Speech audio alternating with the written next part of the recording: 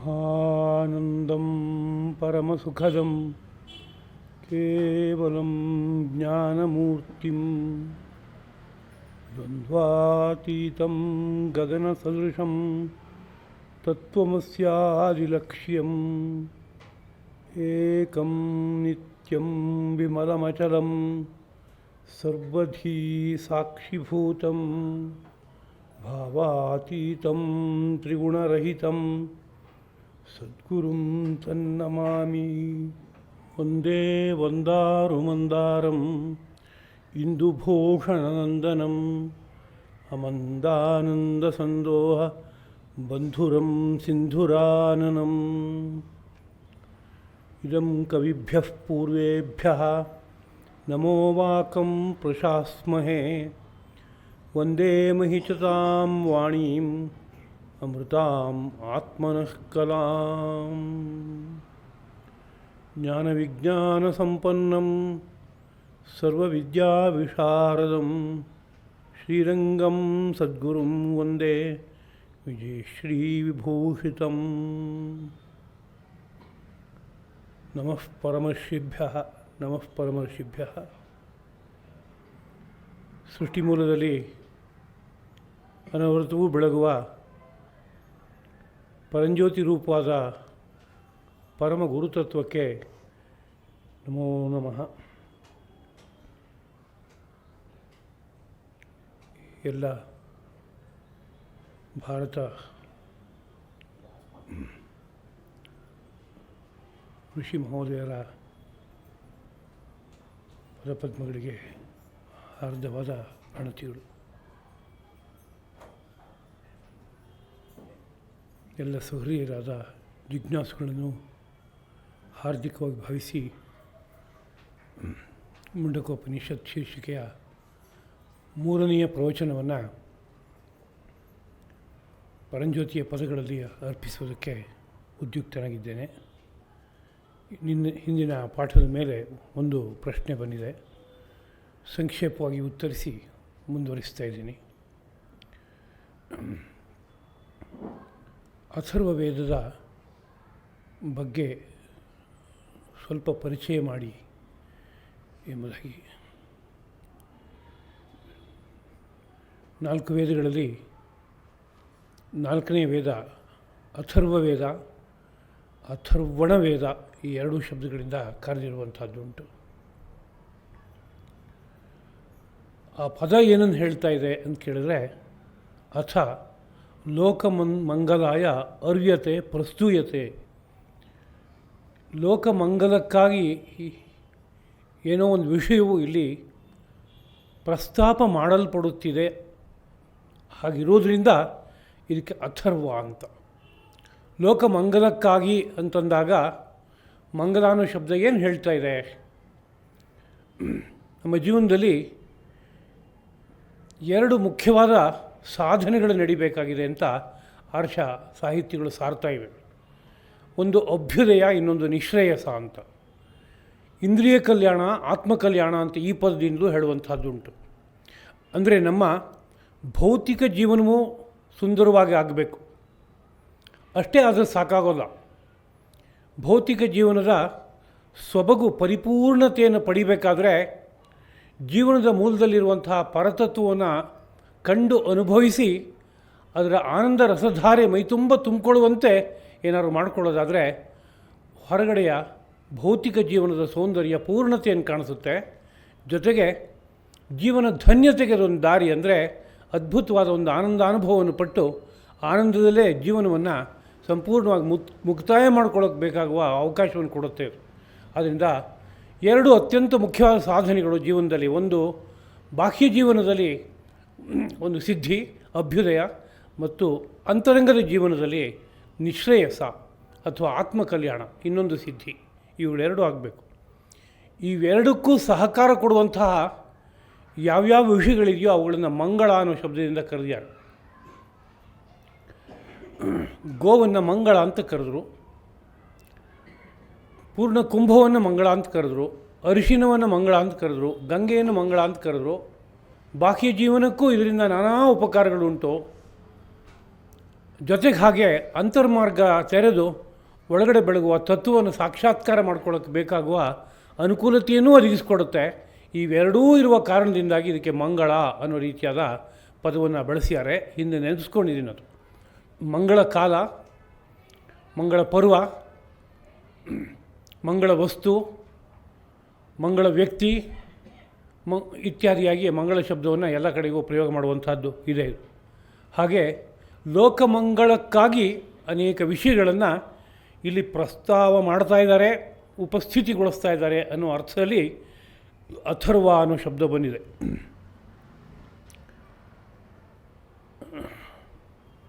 ಈ ಅಥರ್ವ ವೇದ 9 ಶಾಖೆಗಳಿಂದ ಕೂಡ್ಕೊಂಡಿದೆ. ಇದನ್ನ ಅಧ್ಯಯನ ಮಾಡುವಂಥ ವ್ಯಕ್ತಿ, ಬೆಳೆಸ್ಕೊಳ್ಳುವಂಥ ವ್ಯಕ್ತಿಗೆ ಅಥರ್ವಣಿ, ಅಥರ್ವ ಎಂಬ ಹೆಸರು ಬಂದಿದೆ. ಇದಕ್ಕೆ ಇನ್ನೂ ಕೆಲವು ಹೆಸರುಗಳಿವೆ. ಆ ಹೆಸರುಗಳನ್ನೇ ಇದರಲ್ಲಿ ಏನಿದೆ ಒಳಗಡೆಗೆ ಅನ್ನೋದನ್ನ ಜ್ಞಾಪಿಸುತ್ತೆ. ಬ್ರಹ್ಮವೇದ ಅಂತ ಒಂದು ಪದ ಇದೆ. ಅಂದರೆ ಬ್ರಹ್ಮತತ್ವವನ್ನು ತಿಳಿಸುವ ಭಾಗ ಇದರಲ್ಲಿ ಇದೆ. ವೇದ ಶಿರಸ್ಸಂತ ಕರೆದಾಗಲೂ ಅದೇ ಆಶಯ ಇದೆ. ಆದರೆ ನೇರವಾಗಿ ಬ್ರಹ್ಮತತ್ವವನ್ನು ಉಪನಿಷತ್ತುಗಳ ದ್ವಾರ ಇದು ವ್ಯಕ್ತಪಡಿಸ್ತಾ ಇದೆ. ಆದ್ದರಿಂದ ಇದಕ್ಕೆ ಬ್ರಹ್ಮವೇದ ಅಂತ ಒಂದು ಪದ. ಹಾಗೆ ಭೈಷಜ್ಯ ವೇದ ಅಂತ ಇನ್ನೊಂದು ಪದ ಇದೆ. ಭೈಷಜ್ಯ ವೇದ ಅಂದರೆ ಭಿಷಕ್ ಅಂದರೆ ವೈದ್ಯ. ಅವನು ಮಾಡುವ ಔಷಧ ಇದೆಯಲ್ಲ, ಅದಕ್ಕೆ ಸಂಬಂಧಪಟ್ಟಂಥ ಅನೇಕ ಮಾಹಿತಿಗಳನ್ನು ಕೊಡ್ತಾ ಇದೆ. ಗಿಡಮೂಲಿಕೆಗಳ ಬಗ್ಗೆ ಪರಿಚಯ ಕೊಡ್ತಾ ಇದೆ.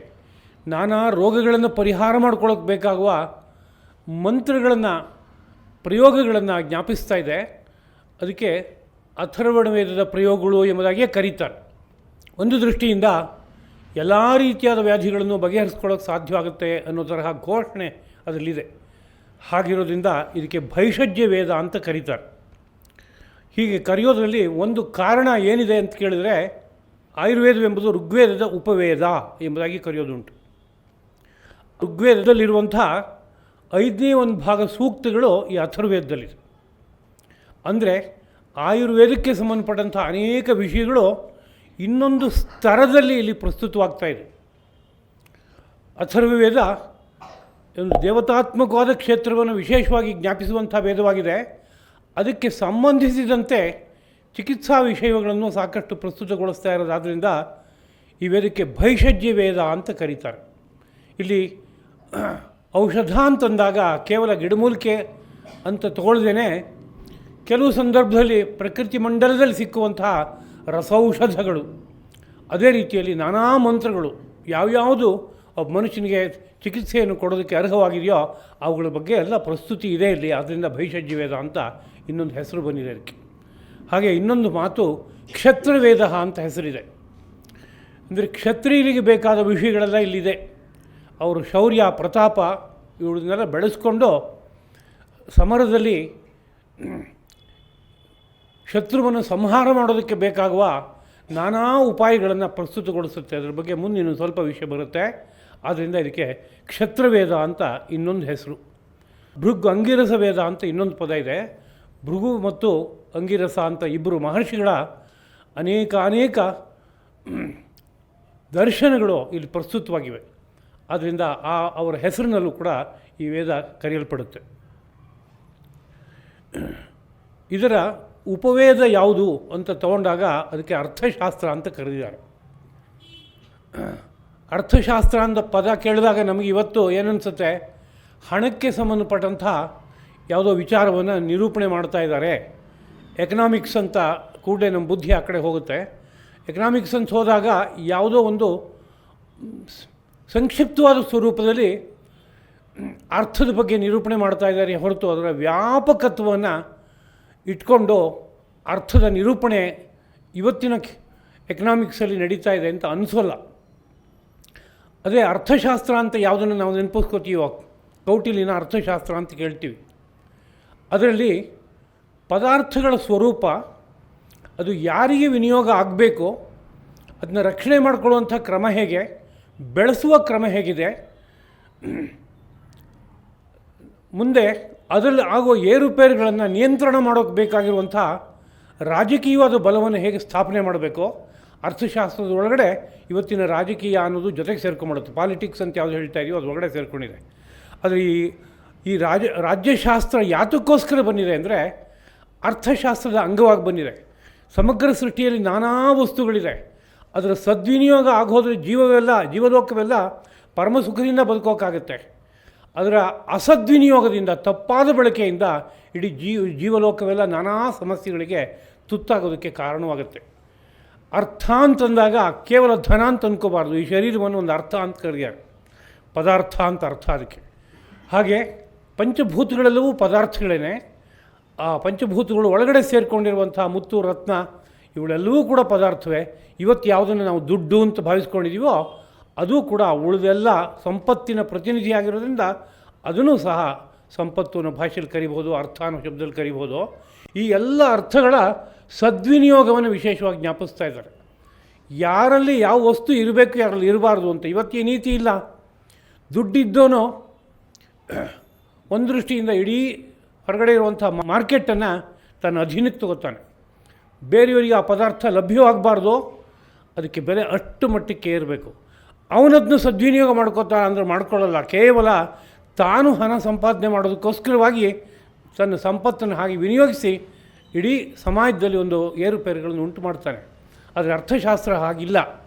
ಆ ಸಂಪತ್ತು ಯಾರ ಬಳಿಗೆ ಹೋಗಬೇಕೋ ಅವ್ರ ಬಳಿಗೆ ಹೋಗಬೇಕೋ. ಅದು ಯಾವುದೇ ಕಾರಣಕ್ಕೂ ದುರುಪಯೋಗ ಆಗಬಾರ್ದು. ಯಾರೊಬ್ಬ ಉತ್ತಮವಾದಂಥ ಒಂದು ರತ್ನ ಇಟ್ಕೊಂಡಿದ್ದಾನೆ ಅಂದರೆ ಆ ರತ್ನ ರಾಜನಿಗೆ ಹೋಗಿ ಸೇರಬೇಕು ಅಂತ ಅರ್ಥಶಾಸ್ತ್ರ ಹೇಳುತ್ತೆ. ಏನು ರೀ, ನನಗೆ ಸಿಕ್ಕಿದೆ, ನನಗೆ ಸಹಜವಾಗಿ ಪ್ರಕೃತಿ ಮಂಡಲದಲ್ಲಿರುವಂಥದ್ದು, ನನಗೂ ಲಾಭ ಆಗಬೇಕಲ್ವೇ ಅಂದರೆ ಅದರ ಲಾಭನ ನೀನು ಅನುಭವಿಸೋಕ್ಕಾಗಲ್ಲಪ್ಪ. ನಿನ್ನ ದೇಹ ರಚನೆ, ಮನಸ್ಥಿತಿ, ಧರ್ಮ ಇವುಗಳು ಅದಕ್ಕೆ ಪೋಷಕವಾಗಿಲ್ಲ. ಅದರಿಂದ ಇದು ರಾಜನ ಬಳಿ ಇದ್ದರೆ ಪರಮೋಪಕಾರ ಆಗುತ್ತೆ.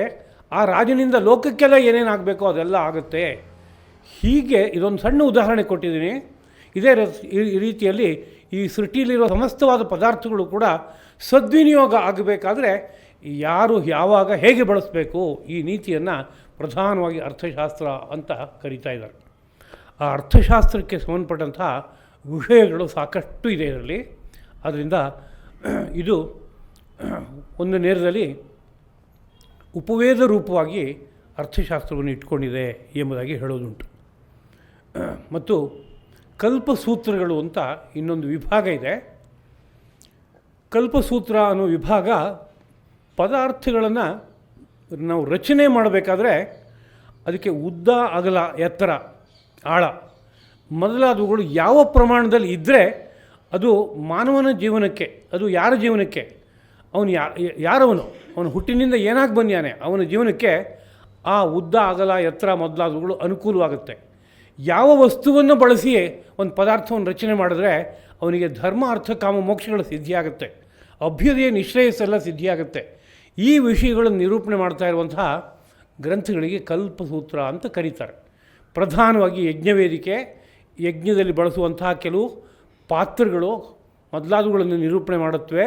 ಅದ್ರ ಜೊತೆಗೆ ಜೀವನವೆಲ್ಲವೂ ಯಜ್ಞಮಯವಾಗಿ ಸಾಗಬೇಕಾಗಿರೋದ್ರಿಂದ ಒಂದು ಮನೆ ಕಟ್ಟಬೇಕು ಅಂತಂದರೆ, ಒಂದು ದೇವಾಲಯ ಕಟ್ಟಬೇಕು ಅಂತಂದರೆ, ಒಂದು ಯಾವುದೋ ಒಂದು ಪಾತ್ರೆಯನ್ನು ಸಿದ್ಧ ಮಾಡ್ಕೋಬೇಕು ಅಂದರೆ ಯಾವ ಮೂಲ ವಸ್ತುವನ್ನು ಬಳಸ್ಕೋಬೇಕು, ಯಾವ ಆಕಾರ ಕೊಡಬೇಕು, ಇದೆಲ್ಲದರ ಬಗ್ಗೆ ನಮ್ಮ ದೇಶದಲ್ಲಿ ನೋಡಿ ಕಲಶ ಅಂತ ಒಂದು ಪದಾರ್ಥ ಇದೆ. ಇವತ್ತು ನಾವು ಜಗ್ಗಂತ ಯಾವುದೋ ಒಂದು ಹಿಡ್ಕೊಂಡು ಜಿಗ್ತಾ ಇರ್ತೀವಿ. ಅದ್ಯಾಕೆ ಕಲಶ ಹಾಗಿರಬೇಕು?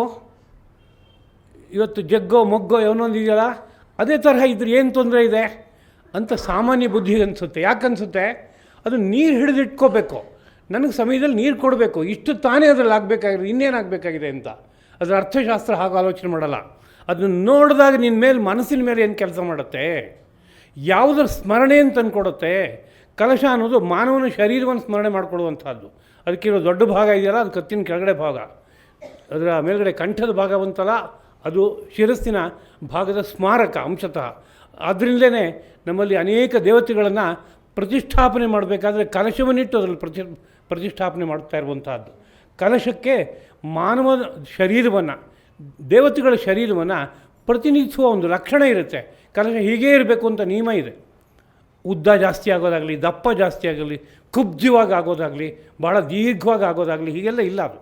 ಅದಕ್ಕೊಂದು ಪ್ರಪೋರ್ಷನ್, ಅದೇ ರೀತಿಯಲ್ಲಿ ಇರಬೇಕು ಅಂತ. ಇದಕ್ಕೆ ಹಿನ್ನೆಲೆ ಏನು ಅಂತ ಕೇಳಿದ್ರೆ, ಅದನ್ನು ದರ್ಶನ ಮಾಡಿದಾಗ ಏನು ಪರಿಣಾಮ ಉಂಟಾಗುತ್ತೆ ಇದು ತುಂಬ ಮುಖ್ಯ. ಯಾಕೆಂದರೆ ನಿತ್ಯ ಜೀವನದಲ್ಲಿ ನಾನಾ ವಸ್ತುಗಳನ್ನು ದರ್ಶನ ಮಾಡ್ತಾಯಿದ್ದೀವಿ, ನಾನಾ ವಸ್ತುಗಳನ್ನು ಸವಿತಾ ಇದ್ದೀವಿ, ನಾನಾ ಶಬ್ದಗಳನ್ನು ಕೇಳ್ತಾ ಇದ್ದೀವಿ. ಇದರ ಪರಿಣಾಮದ ಬಗ್ಗೆ ನಮಗೆ ಪೂರ್ತಿ ತಿಳುವಳಿಕೆ ಇಲ್ಲ.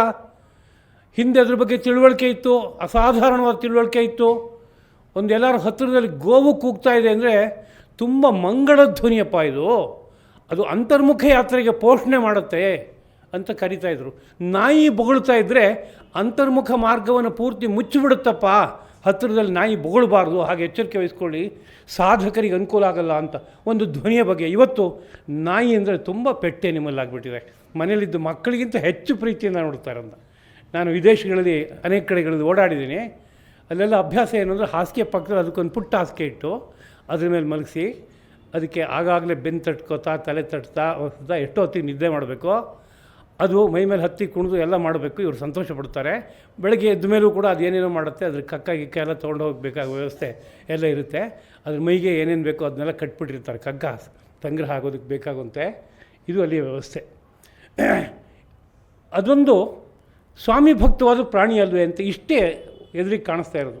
ಅನ್ನ ಹಾಕಿದವನನ್ನು ಪ್ರೀತಿಯಿಂದ ನೋಡುತ್ತೆ ಅಂತ.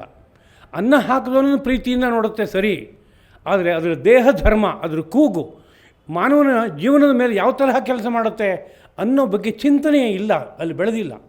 ಯಾವತ್ತೋ ಒಂದು ಸಂದರ್ಭದಲ್ಲಿ ಹೀಗೆ ಪಾಠ ಮಾಡ್ತಾಯಿದ್ದೆ. ನಾನು ನಾಯಿ ಬಗ್ಗೆ ಮಾತಾಡಿದಾಗ ಸ್ವಲ್ಪ ಅಸಮಾಧಾನ ಪಟ್ಟರು ಒಂದಷ್ಟು ಜನ. ಕೂಡಲೇ ಒಂದು ಮಾತು ಹೇಳಿದರು ಅವ್ರ ಭಾಷೆಯಲ್ಲಿ. ನಾನು ಅದಕ್ಕೆ ತರ್ಜುಮೆ ಮಾಡಿ ಹೇಳ್ತಾ ಇದ್ದೀನಿ. ಮಿಸ್ಟ್ರೇ, ಇದು ಭಾರತ ದೇಶದ ನಾಯಿಗಳಲ್ಲ, ಇದು ಬೇರೆ ನಾಯಿ ಇದು. ಯಾಕೆ ಅದನ್ನ ಹೇಳ್ತಾ ಇದ್ದೀನಿ ಅಂತ ಕೇಳಿದೆ. ನಾನು ನಾಯಿ ಎಕ್ಸ್ಪರ್ಟ್ ಆಗಿಲ್ಲ. ಕೇಳಿದಾಗ ಭಾರತ ದೇಶದಲ್ಲಿ ನಾಯಿಗಳು ಅಟ್ಟಿಸ್ಕೊಂಬರೋದು, ಗಲಾಟೆ ಮಾಡೋದು, ಅವಾಂತರ ಮಾಡುತ್ತವೆ. ಇಲ್ಲಿ ತುಂಬ ಮೈಲ್ಡಾಗಿರುತ್ತೆ, ತುಂಬ ಪ್ರೀತಿಯನ್ನು ತೋರಿಸುತ್ತೆ. ಮನೆ ಒಳಗಡೆಗೆ ಇಟ್ಕೊಂಡ್ರೆ ಏನೂ ತೊಂದರೆ ಇಲ್ಲ, ತುಂಬ ಚೆನ್ನಾಗಿರುತ್ತೆ ಅಂತ. ಆದರೆ ಆಮೇಲೆ ಒಂದು ಸ್ವಲ್ಪ ದಿವಸದ ನಂತರ ಯಾರೋ ಒಬ್ಬ ವ್ಯಕ್ತಿ ಬಂದು, ನನಗೆ ತುಂಬ ನಿದ್ದೆ ಇಲ್ಲ, ಏನು ಮಾಡಿದರೂ ನಿದ್ದೆ ಬರ್ತಾಯಿಲ್ಲ, ಟ್ಯಾಬ್ಲೆಟ್ ತೊಗೊಂಡು ಸುಸ್ತಾಗಿದೆ, ಒಂದಿದ್ದು ಎರಡಾಯಿತು, ಎರಡಿದ್ದು ಮೂರಕ್ಕೆ ಹೋಗ್ತಾಯಿದೆ, ನಾನಾ ರೀತಿಯ ಸಮಸ್ಯೆಗಳು ಬರ್ತಾಯಿದೆ ಅಂತ ತುಂಬ ಸಮಸ್ಯೆ ಹೇಳಿದರು. ನಾನು ಸುಮ್ಮನೆ ಅವರ ಜೀವನ ಕ್ರಮ ಹೇಗಿದೆ ಅಂತ ಒಂದು ಸ್ಟಡಿ ಮಾಡಿದೆ. ಒಂದು 15 ನಿಮಿಷ 20 ನಿಮಿಷ ಮಾತಾಡಿದೆ, ನಿಮ್ಮ ಜೀವನ ಹೇಗೆ ಇಟ್ಕೊಂಡಿದ್ದೀವಿ ಅಂತ. ಆಮೇಲೆ ಕೊನೆಗೆ ಒಂದು ಕನ್ಕ್ಲೂಷನ್ ಕೊಟ್ಟೆ. ನೀವು ನಾಯಿಯನ್ನು ಒಂದು 6 ತಿಂಗಳ ಕಾಲ ಬಿಟ್ಬಿಡಿ, ಮುಟ್ಟಬೇಡಿ, ಅದು ಶಬ್ದನೂ ಕೇಳಬೇಡಿ, ಎಲ್ಲಿಗಾರು ಕಳಿಸ್ಕೊಡಿ ಪ್ರೀತಿಯ ಜಾಗಕ್ಕೆ. ನಿಮಗೆ ನಿದ್ದೆ ಬರುತ್ತೋ ಇಲ್ಲೋ ನೋಡಿ, ನಾನು ಚಾಲೆಂಜ್ ಮಾಡಿ ಹೇಳ್ತೀನಿ ಅಂತ. ಯಾಕೆ ಇದನ್ನ ಹೇಳಿದೆ ಅಂದರೆ, ನಾಯಿಗೆ ನಿದ್ದೆ ತುಂಬ ಕಡಿಮೆ, ಶಾಲೋ ಸ್ಲೀಪ್. ಅದಕ್ಕೆ ರಾತ್ರಿ ಎಷ್ಟೊತ್ತಿಗೆ ಮಲಗಿರುತ್ತೆ, ಅದು ಒಂದು ಸೂಜಿ ಬಿದ್ದರೆ ಹಾಂ ಅಂತ ಹೀಗೆ ತಿಳ್ಕೊಂಡು ಬಹು ಅನ್ನುತ್ತೆ. ಅದು ಅಂದರೆ ನಿದ್ದೆ ಡೀಪಾಗಿ ಬಂದಿದೆ ಅಂತ ಅರ್ಥನಾ? ನಾಯಿ ನಿದ್ದೆ ಡೀಪಾಗಿ ಬಂದುಬಿಟ್ರೆ ಮನೆ ಕಾಯೋಕ್ಕಾಗತ್ತೆ? ಅದಕ್ಕೆ ದೇವರು ಅದಕ್ಕೆ ಒಂಥರ ಶಾಲೋ ಸ್ಲೀಪ್, ಬಹಳ ಹಗುರವಾದ ಮೇಲ್ಮೇಲಕ್ಕಿರುವಂಥ ನಿದ್ದೆಯನ್ನು ಕೊಟ್ಟು ಜೀವನವನ್ನು ಮಾತ್ರ ಚೆನ್ನಾಗೇ ಇಟ್ಟಿದ್ದಾನೆ. ಅದಕ್ಕೆ ಜೀವನಕ್ಕೇನು ರೋಗ ಇಲ್ಲ. ಅದಕ್ಕೆ ಆಳವಾದ ನಿದ್ದೆ ಹೇಳಿದ್ರು ಕೂಡ ಅದ್ರ ಪ್ರಕೃತಿನಲ್ಲಿ ವಾತ ಮೈ ತುಂಬ ತುಂಬ್ಕೊಂಬಿಟ್ಟಿದೆ, ಚಾಂಚಲ್ಯ ತುಂಬ ತುಂಬಿಟ್ಟಿದೆ. ನಾಯಿಗೆ ಗಮನಿಸಿ ನೋಡಿ, ನಾಲ್ಗೆ ನಿರಂತರ ಹಿಂಗೆ ಹಾಕ್ತಾನೆ ಇರಬೇಕು. ಒಂದು ಕ್ಷಣ ಸುಮ್ಮನೆ ಕೂತ್ಕೊಂತ ಹೇಳಿ ಕೂರ್ಸೋಕ್ಕಾಗುತ್ತಾ? ಟ್ರೈನಿಂಗ್ ಕೊಡಿ ನೋಡೋಣ. ಅದೆಲ್ಲ ಸ್ವಲ್ಪ ಓಡಾಡೋಕ್ಕೆ ಬಿಟ್ಬಿಡಿ, ಈ ಕಡೆ ಗೋಡೆ ನಲ್ಲಿ ಹೋಗುತ್ತೆ, ಅಲ್ಲಿಂದ ಇಲ್ಲಿಗೆ ಬರುತ್ತೆ. ಇದನ್ನು ವಾತ ಅಂತ ಕರೀತಾರೆ. ಅದ್ರ ಮೈ ತುಂಬ ಹಾಗಿದೆ, ಆ ಧರ್ಮ ಒಂದಿದೆ. ಅದರಲ್ಲಿ ಒಳ್ಳೆಯ ಗುಣ ಇಲ್ಲ ಅನ್ನೋ ಮಾತು ಹೇಳ್ತಾನೆ ಇಲ್ಲ, ಒಳ್ಳೆಯ ಗುಣ ಇದೆ. ಆದರೆ ನಿತ್ಯ ಸ್ಪರ್ಶ ಸನ್ನಿಧಿ ಸಂಪೂರ್ಣವಾಗಿ ನಿದ್ದೆಯನ್ನು ಹಾಳು ಮಾಡುತ್ತೆ. ಅದು ಪರಿಪೂರ್ಣವಾಗಿ. ಔಷಧ ತೊಗೊಂಡ್ರೆ ಔಷಧದ ಪ್ರಭಾವ ಎಷ್ಟು ಕಾಲ ಕೆಲಸ ಮಾಡುತ್ತೋ ಅಲ್ಲಿವರೆಗೆ ಕೆಲಸ ಮಾಡುತ್ತೆ. ಆದರೆ ಇದು ನಿತ್ಯದಲ್ಲಿ ಒಳಗಡೆಗೆ ಇಂಜೆಕ್ಟ್ ಆಗ್ತಾಯಿದೆ. ಅದರ ಸ್ಪರ್ಶದಿಂದ, ದರ್ಶನದಿಂದ, ಶಬ್ದದಿಂದ ಅದು ಬಹಳ ಜಾಸ್ತಿ ಪ್ರಮಾಣವನ್ನು ಬೀರುತ್ತೆ. ಹೀಗಿರೋದ್ರಿಂದ ಆ ಲೆಕ್ಕಾಚಾರದಲ್ಲಿ ಹೇಳಿದೆ ಅವರು. ಆಮೇಲೆ ಇನ್ನೊಂದು ವರ್ಷ ನೆಕ್ಸ್ಟ್ ಹೋಗಿದ್ದೆ ನಾನು, 1 ವರ್ಷದ ನಂತರ. ಅವ್ರು ಬಂದು ತುಂಬ ಪ್ರೀತಿಯಿಂದ ಮಾತನಾಡಿಸಿ, ನೀವು ಹೇಳಿದ್ದನ್ನು ನಾವು ಎಕ್ಸ್ಪೆರಿಮೆಂಟಲ್ಲಾಗಿ ನೋಡಿಬಿಟ್ವಿ ಮಾಡಿ, ಅದು ಒಬ್ಬರಲ್ಲ, ಒಬ್ಬರು ಇಬ್ಬರು 2 ಜನಕ್ಕೊಬ್ಬರು ಅಲ್ಲಿ ಆ ದೇಶದ ನಡೆಯೋದು. ಏನಾದ್ರು ಒಂದು ಹೇಳಿದರೆ ಅವರು ಎಕ್ಸ್ಪೆರಿಮೆಂಟ್ ಮಾಡೇ ಮಾಡ್ತಾರೆ. ಹಾಗೆ ಒಪ್ಕೊಳ್ಳೋದಿಲ್ಲ, ಅದ್ರ ಗೌರವದಿಂದ ನೋಡ್ತಾರೆ. ಆದರೆ ಆಮೇಲೆ ಅದನ್ನು ಪ್ರಯೋಗಬದ್ಧವಾಗಿ ನೋಡ್ತಾರೆ. ಮಾಡಿ ಇದು ಹೌದು ಅಂತ ಅನಿಸಿದೆ ಅಂಥೇಳಿ ಅಲ್ಲೊಂದು ಸಣ್ಣ ಅಲೆ ಎತ್ತು. ಆದರೆ ಆ ಅಲೆಗೆಲ್ಲ ತುಂಬ ಸ್ಥಾನ ಇರಲ್ಲ. ನಾಯಿಯ ಪ್ರೀತಿ ಅಷ್ಟು ದೊಡ್ಡದು. ಹಾಗಿರುವಾಗ ನಾಯಿ ಬಗ್ಗೆ ಯಾರು ಏನು ಹೇಳಿದರೂ ಮನಸ್ಸು ಪೂರ್ತಿ ತೊಗೊಳ್ಳಲ್ಲ, ಹಾಗಿರುತ್ತೆ. ಈ ಪ್ರಾಕರಣಿಕವಾಗಿ ಹೇಳಿದೆ. ಹೀಗೆಲ್ಲ ಇದೆ. ಆದ್ದರಿಂದ ಪದಾರ್ಥಗಳ ಬಗ್ಗೆ ಸಂಪೂರ್ಣವಾದಂಥ ಒಂದು ಗಹನವಾದ ತಿಳುವಳಿಕೆಯನ್ನು ಕೊಡುವ ಕೆಲಸವನ್ನು ಅರ್ಥಶಾಸ್ತ್ರ ಮಾಡ್ತಾ ಇದೆ. ಅಂಥ ಅರ್ಥಶಾಸ್ತ್ರವನ್ನು ಮೂಲತಃ ನಾವು ಈ ಅಥರ್ವವೇದದಲ್ಲಿ ನೋಡ್ತೇವೆ, ಬೇರೆ ಕಡೆಯಲ್ಲಿ ವಿಸ್ತಾರವು ಬಂದಿದೆ. ಇನ್ನೊಂದು ವಿಷಯ ಹೇಳೋಕ್ಕೆ ಹೊರಟಿದ್ದೆ, ಸ್ವಲ್ಪ ದಿಕ್ಕು ತಪ್ಪೋಯ್ತು. ಕಲ್ಪಸೂತ್ರಗಳು ಅನ್ನೋ ಬಗ್ಗೆ ಹೇಳೋಕ್ಕೆ ಹೊರಟಿದ್ದೆ. ಕಲ್ಪಸೂತ್ರಗಳು ಇವತ್ತಿನ ವಾಸ್ತುಶಾಸ್ತ್ರ ಅಂದರೆ ಹೆದರಿಕೆ ಆಗುತ್ತೆ ನಮಗೆ. ವಾಸ್ತುತಜ್ಞರು ಮಾಡುವ ಹಾವಳಿಗಳನ್ನು ನೋಡಿಬಿಟ್ರೆ, ಇವತ್ತು ಇಲ್ಲಿ ಕನ್ನಡಿ ಹಾಕಿ, ಇಲ್ಲಿ ಬಾಗಿಲು ತೆಗೆದು ಈ ಕಡೆ ಪಕ್ಕಕ್ಕೆ ಇಡಿ, ಗೊತ್ತಾಯ್ತಲ್ಲ, ಇಲ್ಲಿ ಮೆಟ್ಲು ಮಾಡಿ, ಇಲ್ಲಿ ಇನ್ನೆಂತೋ ಕಿಂಡಿ ಬಿಡಿ, ಏನೇನು ಹೇಳ್ತಾರೆ ಅಂತ ಹೇಳೋಕ್ಕಾಗಲ್ಲ. ಎಲ್ಲರೂ ಕೆಲವು ಸರಿ ಯಾರು ವಾಸ್ತು ಬಗ್ಗೆ ಏನಾದ್ರು ಒಂಚೂರು ನಮಗೆ ತಿಳುವಳಿಕೆ ಕೊಡಿ ಅಂತ ಹೇಳಿದ್ರೆ ಅವ್ರ ಮನೆಗೆ ಹೋಗಿ ನೋಡಿಬಿಟ್ರೆ ವಾಸ್ತುತಜ್ಞರ ಹಾವಳಿಗಳು ಭಾರಿ ಭೀಕರ ಅಂತ ಅನಿಸ್ಬಿಡುತ್ತೆ. ನಮ್ಮ ವಾಸ್ತುಶಾಸ್ತ್ರ ಹಾಗೆ ಹೇಳಿಲ್ಲ, ಅನೇಕ ವಿಷಯಗಳು ಹೇಳಿಲ್ಲ. ಇವರು ಯಾವುದೋ ದೇಶದ ಯಾವುದೋ ಚಿಂತನೆಯನ್ನು ಜೊತೆಗೆ ಸೇರಿಸಿ ತಮ್ಮ ಮನಸ್ಸಿನ ಬೇರೆ ಬೇರೆ ರೀತಿಯಾದಂತಹ ಭಾವಗಳನ್ನು ಅದ್ರ ಜೊತೆಗೆ ಸೇರಿಸಿ ಹೊಸ ವಾಸ್ತುಶಾಸ್ತ್ರ ಮಾಡ್ಕೊಂಬಿಟ್ಯಾರೆ. ನೀವು ಕೇಳಿರ್ಬೋದು, ಕೆಲವು ಹೆಸರು ಹೇಳೋದು ಮರ್ಯಾದೆ ಅಲ್ಲ, ಅದು ಈಶಾನ್ಯ ವೃದ್ಧಿ ಆಗಬೇಕು ಅಂತ. ಈಶಾನ್ಯ ಕೋಣ ವೃದ್ಧಿ ಆಗಿಬಿಟ್ರೆ ಭಾಳ ಅಭ್ಯುದಯ ಆಗಿಬಿಡುತ್ತೆ. ನೈಋತ್ಯಕ್ಕೆ ವೆಯ್ಟ್ ಹಾಕಬೇಕು, ಇದು ಎಲ್ಲೂ ವಾಸ್ತುಶಾಸ್ತ್ರದಲ್ಲಿ ಇಲ್ಲ. ಸ್ಪಷ್ಟವಾಗಿ ಹೇಳ್ತಾ ಇದ್ದೀನಿ, ವಿಚಾರ ಇಲ್ಲ, ಇದು ದಾರಿ ತಪ್ಪಿರೋ ವಿಚಾರ. ನೈಋತ್ಯ ಎತ್ತರಕ್ಕಿರಬೇಕು ಅಂತಿದೆ. ಎತ್ತರಕ್ಕಿದ್ದಾಗ ವೆಯ್ಟ್ ಜಾಸ್ತಿ ಆಗುತ್ತೆ ಅಂತ ಅಂಡರ್ಸ್ಟುಡ್ ಅಂತ ಹೇಳಿದಾರೆ, ಹೇಳಿ ಪರವಾಗಿಲ್ಲ. ಎತ್ತರದಲ್ಲಿ ವೆಯ್ಟ್ ಜಾಸ್ತಿ ಆದರೆ, ಹೈಟ್ ಜಾಸ್ತಿ ಆದರೆ ವೆಯ್ಟು ಭಾರ ಜಾಸ್ತಿ ಆಯಿತು ಆ ಜಾಗಕ್ಕೆ ಅಂತ. ಆದರೆ ಮೇನ್ ಕಾನ್ಸೆಪ್ಟು ಹೈಟ್ ಜಾಸ್ತಿ ಇದ್ದರೆ ಅಲ್ಲಿಂದ ಒಂದು ಫ್ಲೋ ಈಶಾನ್ಯದ ಕಡೆಗೆ ಹೋಗುತ್ತೆ, ಮನಸ್ಸು ಹಾಗೆ ಹರಿಯುತ್ತೆ ಅನ್ನೋ ವಿಷಯವೇ ಹೊರತು ವೆಯ್ಟ್ ಪ್ರಶ್ನೆ ಬರಲ್ಲ. ಈಶಾನ್ಯದ ಕಡೆಗೆ ಮನಸ್ಸು ಹರಿದ್ರೆ ಭಗವಂತನ ಕಡೆಗೆ ಹರಿತಾ ಹೋಗುತ್ತೆ. ಅಲ್ಲಿ ಬದುಕೋ ವ್ಯಕ್ತಿನಲ್ಲಿ ಒಂದು ಸಣ್ಣ ಚೇಂಜ್, ತುಂಬ ದೊಡ್ಡದಲ್ಲ, ವಾಸ್ತುವಿನ ಕಾರಣದಿಂದ ಆಗುತ್ತೆ ಅಂದರೆ ಅದನ್ನ ಯಾಕೆ ಪಡಿಬಾರ್ದು ಅನ್ನೋ ದೃಷ್ಟಿಯಿಂದ ಅಂಥ ಪರಿವರ್ತನೆಗಳನ್ನು ತಂದಿದ್ದಾರೆ. ಅಂಥ ವಾಸ್ತುಶಾಸ್ತ್ರ, ಮೂರ್ತಿಶಿಲ್ಪ, ಆಲಯ ಶಿಲ್ಪ ಇವೆಲ್ಲದರ ಮೂಲ ಅಥರ್ವ ಶಾಸ್ತ್ರವೇ. ಮತ್ತು ಅದಕ್ಕೆ ಸಂಬಂಧಪಟ್ಟಂತೆ ಕೌಶಿಕ, ವೈತಾನ ಮೊದಲಾದ ಸೂತ್ರಗಳು ಅವುಗಳಿದೆ. ಮುಂಡಕ, ಮಾಂಡೂಕ್ಯ ಅಂತ 2 ಉಪನಿಷತ್ತುಗಳು ಪ್ರಧಾನವಾಗಿ ಅಥರ್ವವೇದಕ್ಕೆ ಸೇರಿದ್ದು. ಗೋಪಥ ಬ್ರಾಹ್ಮಣ ಅಂತ ಒಂದು ಭಾಗ ಇದೆ. ಮತ್ತು ಅನೇಕ ಶಾಂತಿಕ ಪೌಷ್ಟಿಕ ಕರ್ಮಗಳು ಅಥರ್ವವೇದದ ವಿಷಯ. ಶಾಂತಿಕ ಪೌಷ್ಟಿಕ ಕರ್ಮಗಳು ಅಂದರೆ ಸಂಸ್ಕಾರ ಅಂತ ಬಂದಿದೆ ವಿಸ್ತಾರವಾಗಿ, ಷೋಡಶ ಸಂಸ್ಕಾರಗಳು. ಆ ಸಂಸ್ಕಾರಗಳೆಲ್ಲ ನಡೆದ ನಂತರದಲ್ಲೂ ಬದುಕಿನಲ್ಲಿ ಅನೇಕ ಏರಿಳಿತಗಳು ಹುಟ್ಟುತ್ತಾ ಇರುತ್ತೆ. ಯಾವುದೋ ರೋಗ ಬಂತು ಅನಿರೀಕ್ಷಿತವಾಗಿ, ಯಾವುದೋ ದಾರಿದ್ರ್ಯ ಬಂತು, ಯಾವುದೋ ಕಲಹ, ಭಾರೀ ಕಲಹ ಮನೆಯಲ್ಲಿ, ನಾನಾ ಥರದ ಸಮಸ್ಯೆಗಳು ಬಂತು. ಸಮಸ್ಯೆಗಳಿಗೆ ಕಾರಣ ಲೌಕಿಕವಾಗಿ ಕಣ್ಣಿಗೆ ಕಾಣಿಸುವಂಥದ್ದು ಇರಬಹುದು. ಲೌಕಿಕವಾಗಿ ಕಣ್ಣಿಗೆ ಕಾಣಿಸುವಂಥ ಇರುವ ಕಾರಣದ ಹಿನ್ಗಡೆಗೆ ಗುಪ್ತವಾಗಿ ಅಡಗಿರುವ ಇನ್ನೊಂದು ಕಾರಣ ಇರಬಹುದು. ಆ ಕಾರಣವನ್ನು ಇವತ್ತು ಪ್ರಪಂಚದ ನಾನಾ ದೇಶಗಳಲ್ಲಿ ವಿಶೇಷವಾಗಿ ಅರ್ಥ ಮಾಡ್ಕೋತಾ ಇಲ್ಲ. ಅಲ್ಪ ಸ್ವಲ್ಪ ಇದೆ, ಅದು ನಮ್ಮ ದೇಶದಿಂದಲೇ ಹೋಗಿರುವಂಥದ್ದು, ಬೇರೆ ಕಡೆಯಿಂದ ಹೋಗಿಲ್ಲ. ಉದಾಹರಣೆಗೆ ಅಮೇರಿಕಾದಲ್ಲಿ ಅಲ್ಲೊಂದು ಜನಾಂಗ ಇದೆ, ಅದು ನೇಟಿವ್ ಇಂಡಿಯನ್ಸ್ ಅಂತ ಕರೀತಾರೆ ಅವ್ರನ್ನ. ಆ ವರ್ಗದ ಒಟ್ಟು ನಡೆನುಡಿಗಳ ಬಗ್ಗೆ ಒಂದು 3-4 ದಿವಸ ಒಂದು ಕ್ಯಾಂಪ್ ಮಾಡಿ ಒಂದು ಸ್ಟಡಿ ಮಾಡಿದಾಗ ಅವರಲ್ಲಿ ಕೆಲವು ಅಭ್ಯಾಸಗಳಿದೆ. ಏನಪ್ಪ ಅಂದರೆ, ಈ ದೃಷ್ಟಿದೋಷ ಬಂದರೆ ಅದನ್ನು ತೆಗೆಯೋಕ್ಕೆ ಬೇಕಾಗುವ ವ್ಯವಸ್ಥೆ ಇದೆ. ಹಾಗೆ ಒಂದು ಕಡೆಯಲ್ಲಿ ಅಗ್ನಿಯನ್ನು ಸ್ಥಾಪನೆ ಮಾಡಿ ಸಣ್ಣ ಸಣ್ಣ ಕಡ್ಡಿಯನ್ನು ಅಗ್ನಿಗೆ ಒಂದು ವಾಕ್ಯಗಳನ್ನು ಹೇಳಿ ಅದಕ್ಕೆ ಹಾಕುವಂಥ ಅಭ್ಯಾಸ ಇದೆ. ಇವೆಲ್ಲ ಹೋಮದ ಇನ್ನೊಂದು ರೂಪ. ನಮ್ಮ ದೇಶದಿಂದ ಹೋಗಿದೆ ಅನ್ನೋದಕ್ಕೆ ಬೇಕಾಗುವ ಅನೇಕ ಲಕ್ಷಣಗಳು ಕಂಡುಬರುತ್ತೆ, ಉಳ್ಕೊಂಡಿದೆ ಚೂರುಪಾರು. ಆದರೆ ವಿಸ್ತಾರವಾಗಿ ಬೆಳೆದಿರೋದು ಭಾರತ ದೇಶದಲ್ಲಿ ಬಿಟ್ಟರೆ ಬೇರೆ ಇನ್ನೊಂದು ಕಡೆಯಲ್ಲಿ ಅಂತ ಹೇಳೋಕ್ಕೆ ಅವಕಾಶ ಇಲ್ಲ. ಈ ಶಾಂತಿಕ ಪೌಷ್ಟಿಕ ಕರ್ಮಗಳು ಅಂದರೆ ಯಾವುದೋ ದೇವತಾ ಪ್ರಕೋಪ ಉಂಟಾಗಿದೆ ಯಾರೋ ಒಬ್ಬನಿಗೆ, ಒಂದು ಕುಟುಂಬಕ್ಕೆ. ಹಾಗಂದ್ರೆ ಏನು ಅಂತ ಕೇಳಿದ್ರೆ, ಈ ಸೃಷ್ಟಿನಲ್ಲಿ ಇರುವ ಎಲ್ಲ ವ್ಯಕ್ತಿಗಳು, ಪ್ರಾಣಿಗಳು, ಪಕ್ಷಿಗಳು ಎಲ್ಲ ಒಂದೊಂದು ದೇವತೆಯ ಅಧಿಷ್ಠಾನ, ದೇವತೆಗಳ ಆವಾಸ ಸ್ಥಾನ. ಇದು ನಮಗೆ ಬುದ್ಧಿಗೆ ಬರೋಲ್ಲ, ಅರ್ಥ ಆಗಲ್ಲ. ಏನಾದರೂ ಯೋಗದೃಷ್ಟಿ ತೆರೆದಿರೋದಾದರೆ ಒಂದೊಂದು ವಸ್ತುವನ್ನು ನೋಡಿದಾಗ, ಒಂದೊಂದು ಪ್ರಾಣಿ ಪಕ್ಷಿಯನ್ನು ನೋಡಿದಾಗ, ಕ್ರಿಮಿಕೀಟಗಳನ್ನು ನೋಡಿದಾಗ ಅದರೊಳಗಡೆಗೆ ಯಾವುದೋ ಒಂದು ದಿವ್ಯ ಶಕ್ತಿ ನೆಲೆಸಿದೆ ಅನ್ನೋದು ಗೊತ್ತಾಗುತ್ತೆ. ಅದನ್ನು ಆ ವ್ಯಕ್ತಿಯನ್ನು, ವಸ್ತುವನ್ನು ಹಾಳು ಮಾಡಿದಾಗ ಅಲ್ಲೊಂದು ದೇವತಾ ಪ್ರಕೋಪ ಅನ್ನೋದು ಹುಟ್ಟುತ್ತೆ. ಆ ದೇವತಾ ಪ್ರಕೋಪ ತತ್ಕಾಲದಲ್ಲಿ ಕೆಲಸ ಮಾಡಲ್ಲ, ಅದರಿಂದ ಗೊತ್ತಾಗ್ತಾ ಇಲ್ಲ ನಮಗೆ. ಅದು ಕೆಲಸ ಮಾಡಬೇಕಾದ್ರೆ ಅದೊಂದು ಕರ್ಮ ಕ್ಯೂನಲ್ಲಿ ನಿಂತ್ಕೊಳ್ಳುತ್ತೆ. ಹೋಗಿ ಇಲ್ಲಿ ಒಳಗಡೆಗೆ ಬೇಕಾದಷ್ಟು ಕರ್ಮಗಳು ಕ್ಯೂನಲ್ಲಿ ನಿಂತುಬಿಟ್ಟಿದೆ. ಇದಕ್ಕೆ ಅಲ್ಲಿ ಚಾನ್ಸ್ ಒಂದೇ ಸರಿ ಸಿಗಲ್ಲ. ಅದು ನಿಧಾನಕ್ಕೆ ಕಾದ್ಕೊಂಡು ಬಂದು ಈ ಜನ್ಮದಲ್ಲಿ ಸ್ವಲ್ಪ, ಮುಂದಿನ ಜನ್ಮದಲ್ಲಿ ಹೇರಳವಾಗಿ ಫಲ ಕೊಡಬೇಕು. ಹಾಗಾಗ್ತಾ ಹೋಗುತ್ತೆ. ಅದರಿಂದ ಅರ್ಥ ಆಗಲ್ಲ, ಇದು ಸಮಸ್ಯೆ. ಅದರಿಂದ ನಿತ್ಯ ಜೀವನದಲ್ಲಿ ಮಾಡುವ ಅನೇಕ ವ್ಯವಹಾರಗಳು ದೇವತಾ ಪ್ರಕೋಪಕ್ಕೆ ಕಾರಣವಾಗುತ್ತೆ.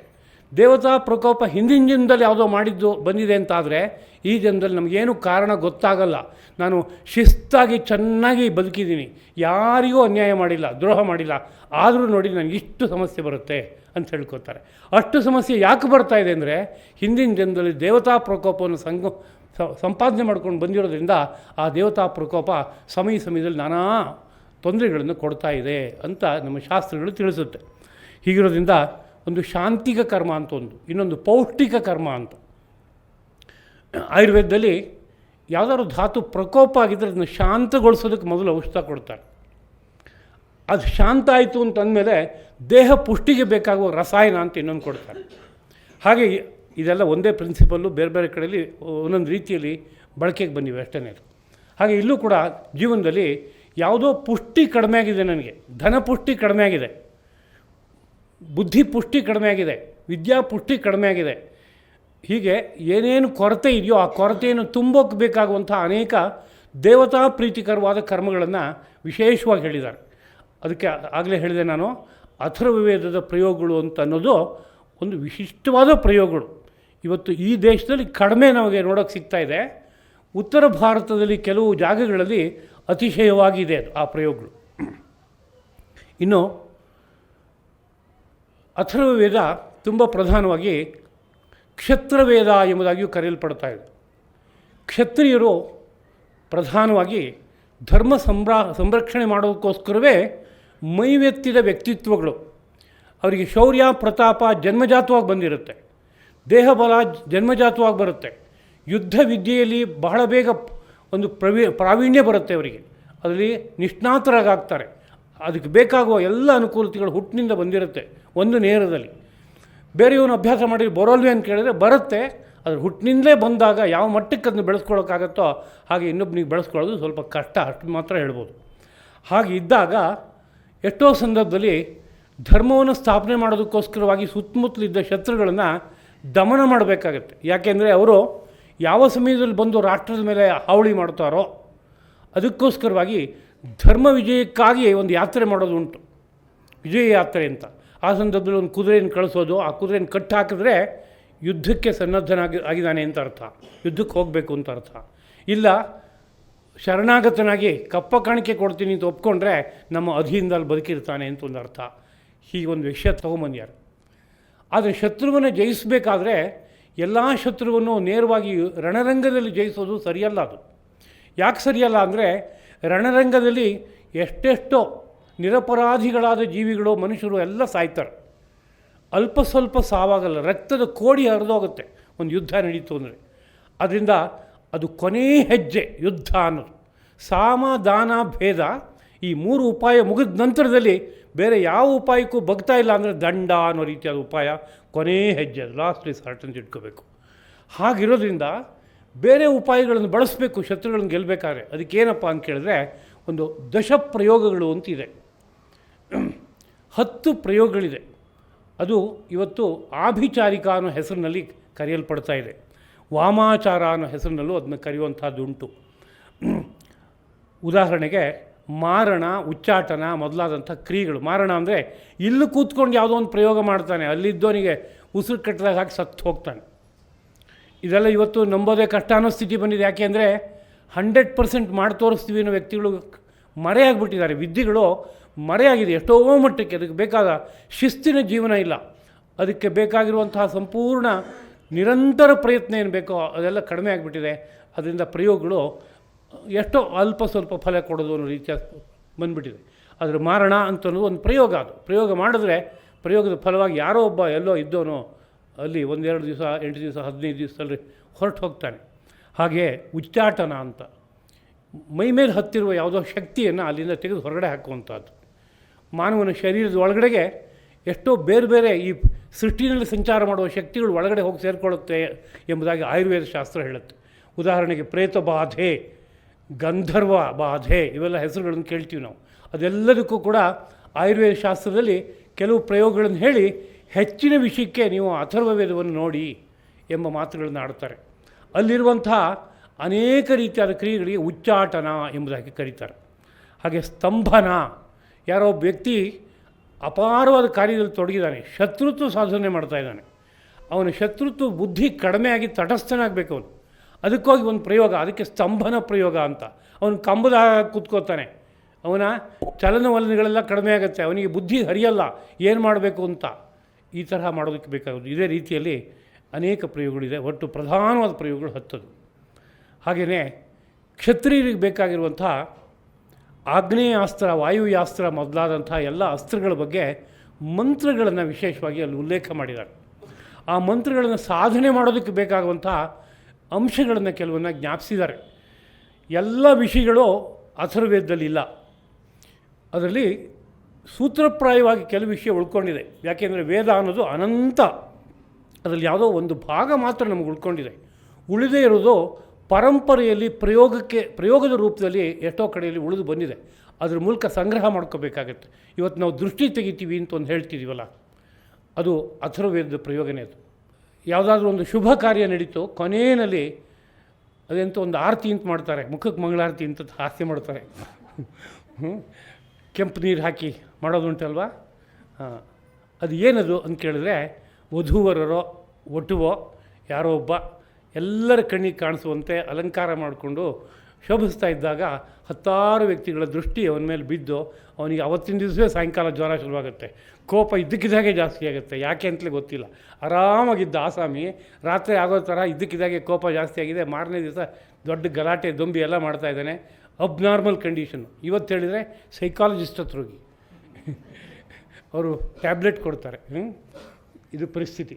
ಆದರೆ ಶಾಸ್ತ್ರ ಏನು ಹೇಳುತ್ತೆ, ಅದು ದೃಷ್ಟಿ ದೋಷ ಅಂತ ಒಂದಿದೆ ಅಂತ. ಈ ದೃಷ್ಟಿ ದೋಷಕ್ಕೆ ಪರಿಹಾರವಾಗಿ ಆ ಥರದ್ದೊಂದು ಆರತಿ ಅನ್ನೋ ರೀತಿಯಾದ ಕ್ರಿಯೆ ತಂದಿದ್ದಾರೆ ಅಂತ.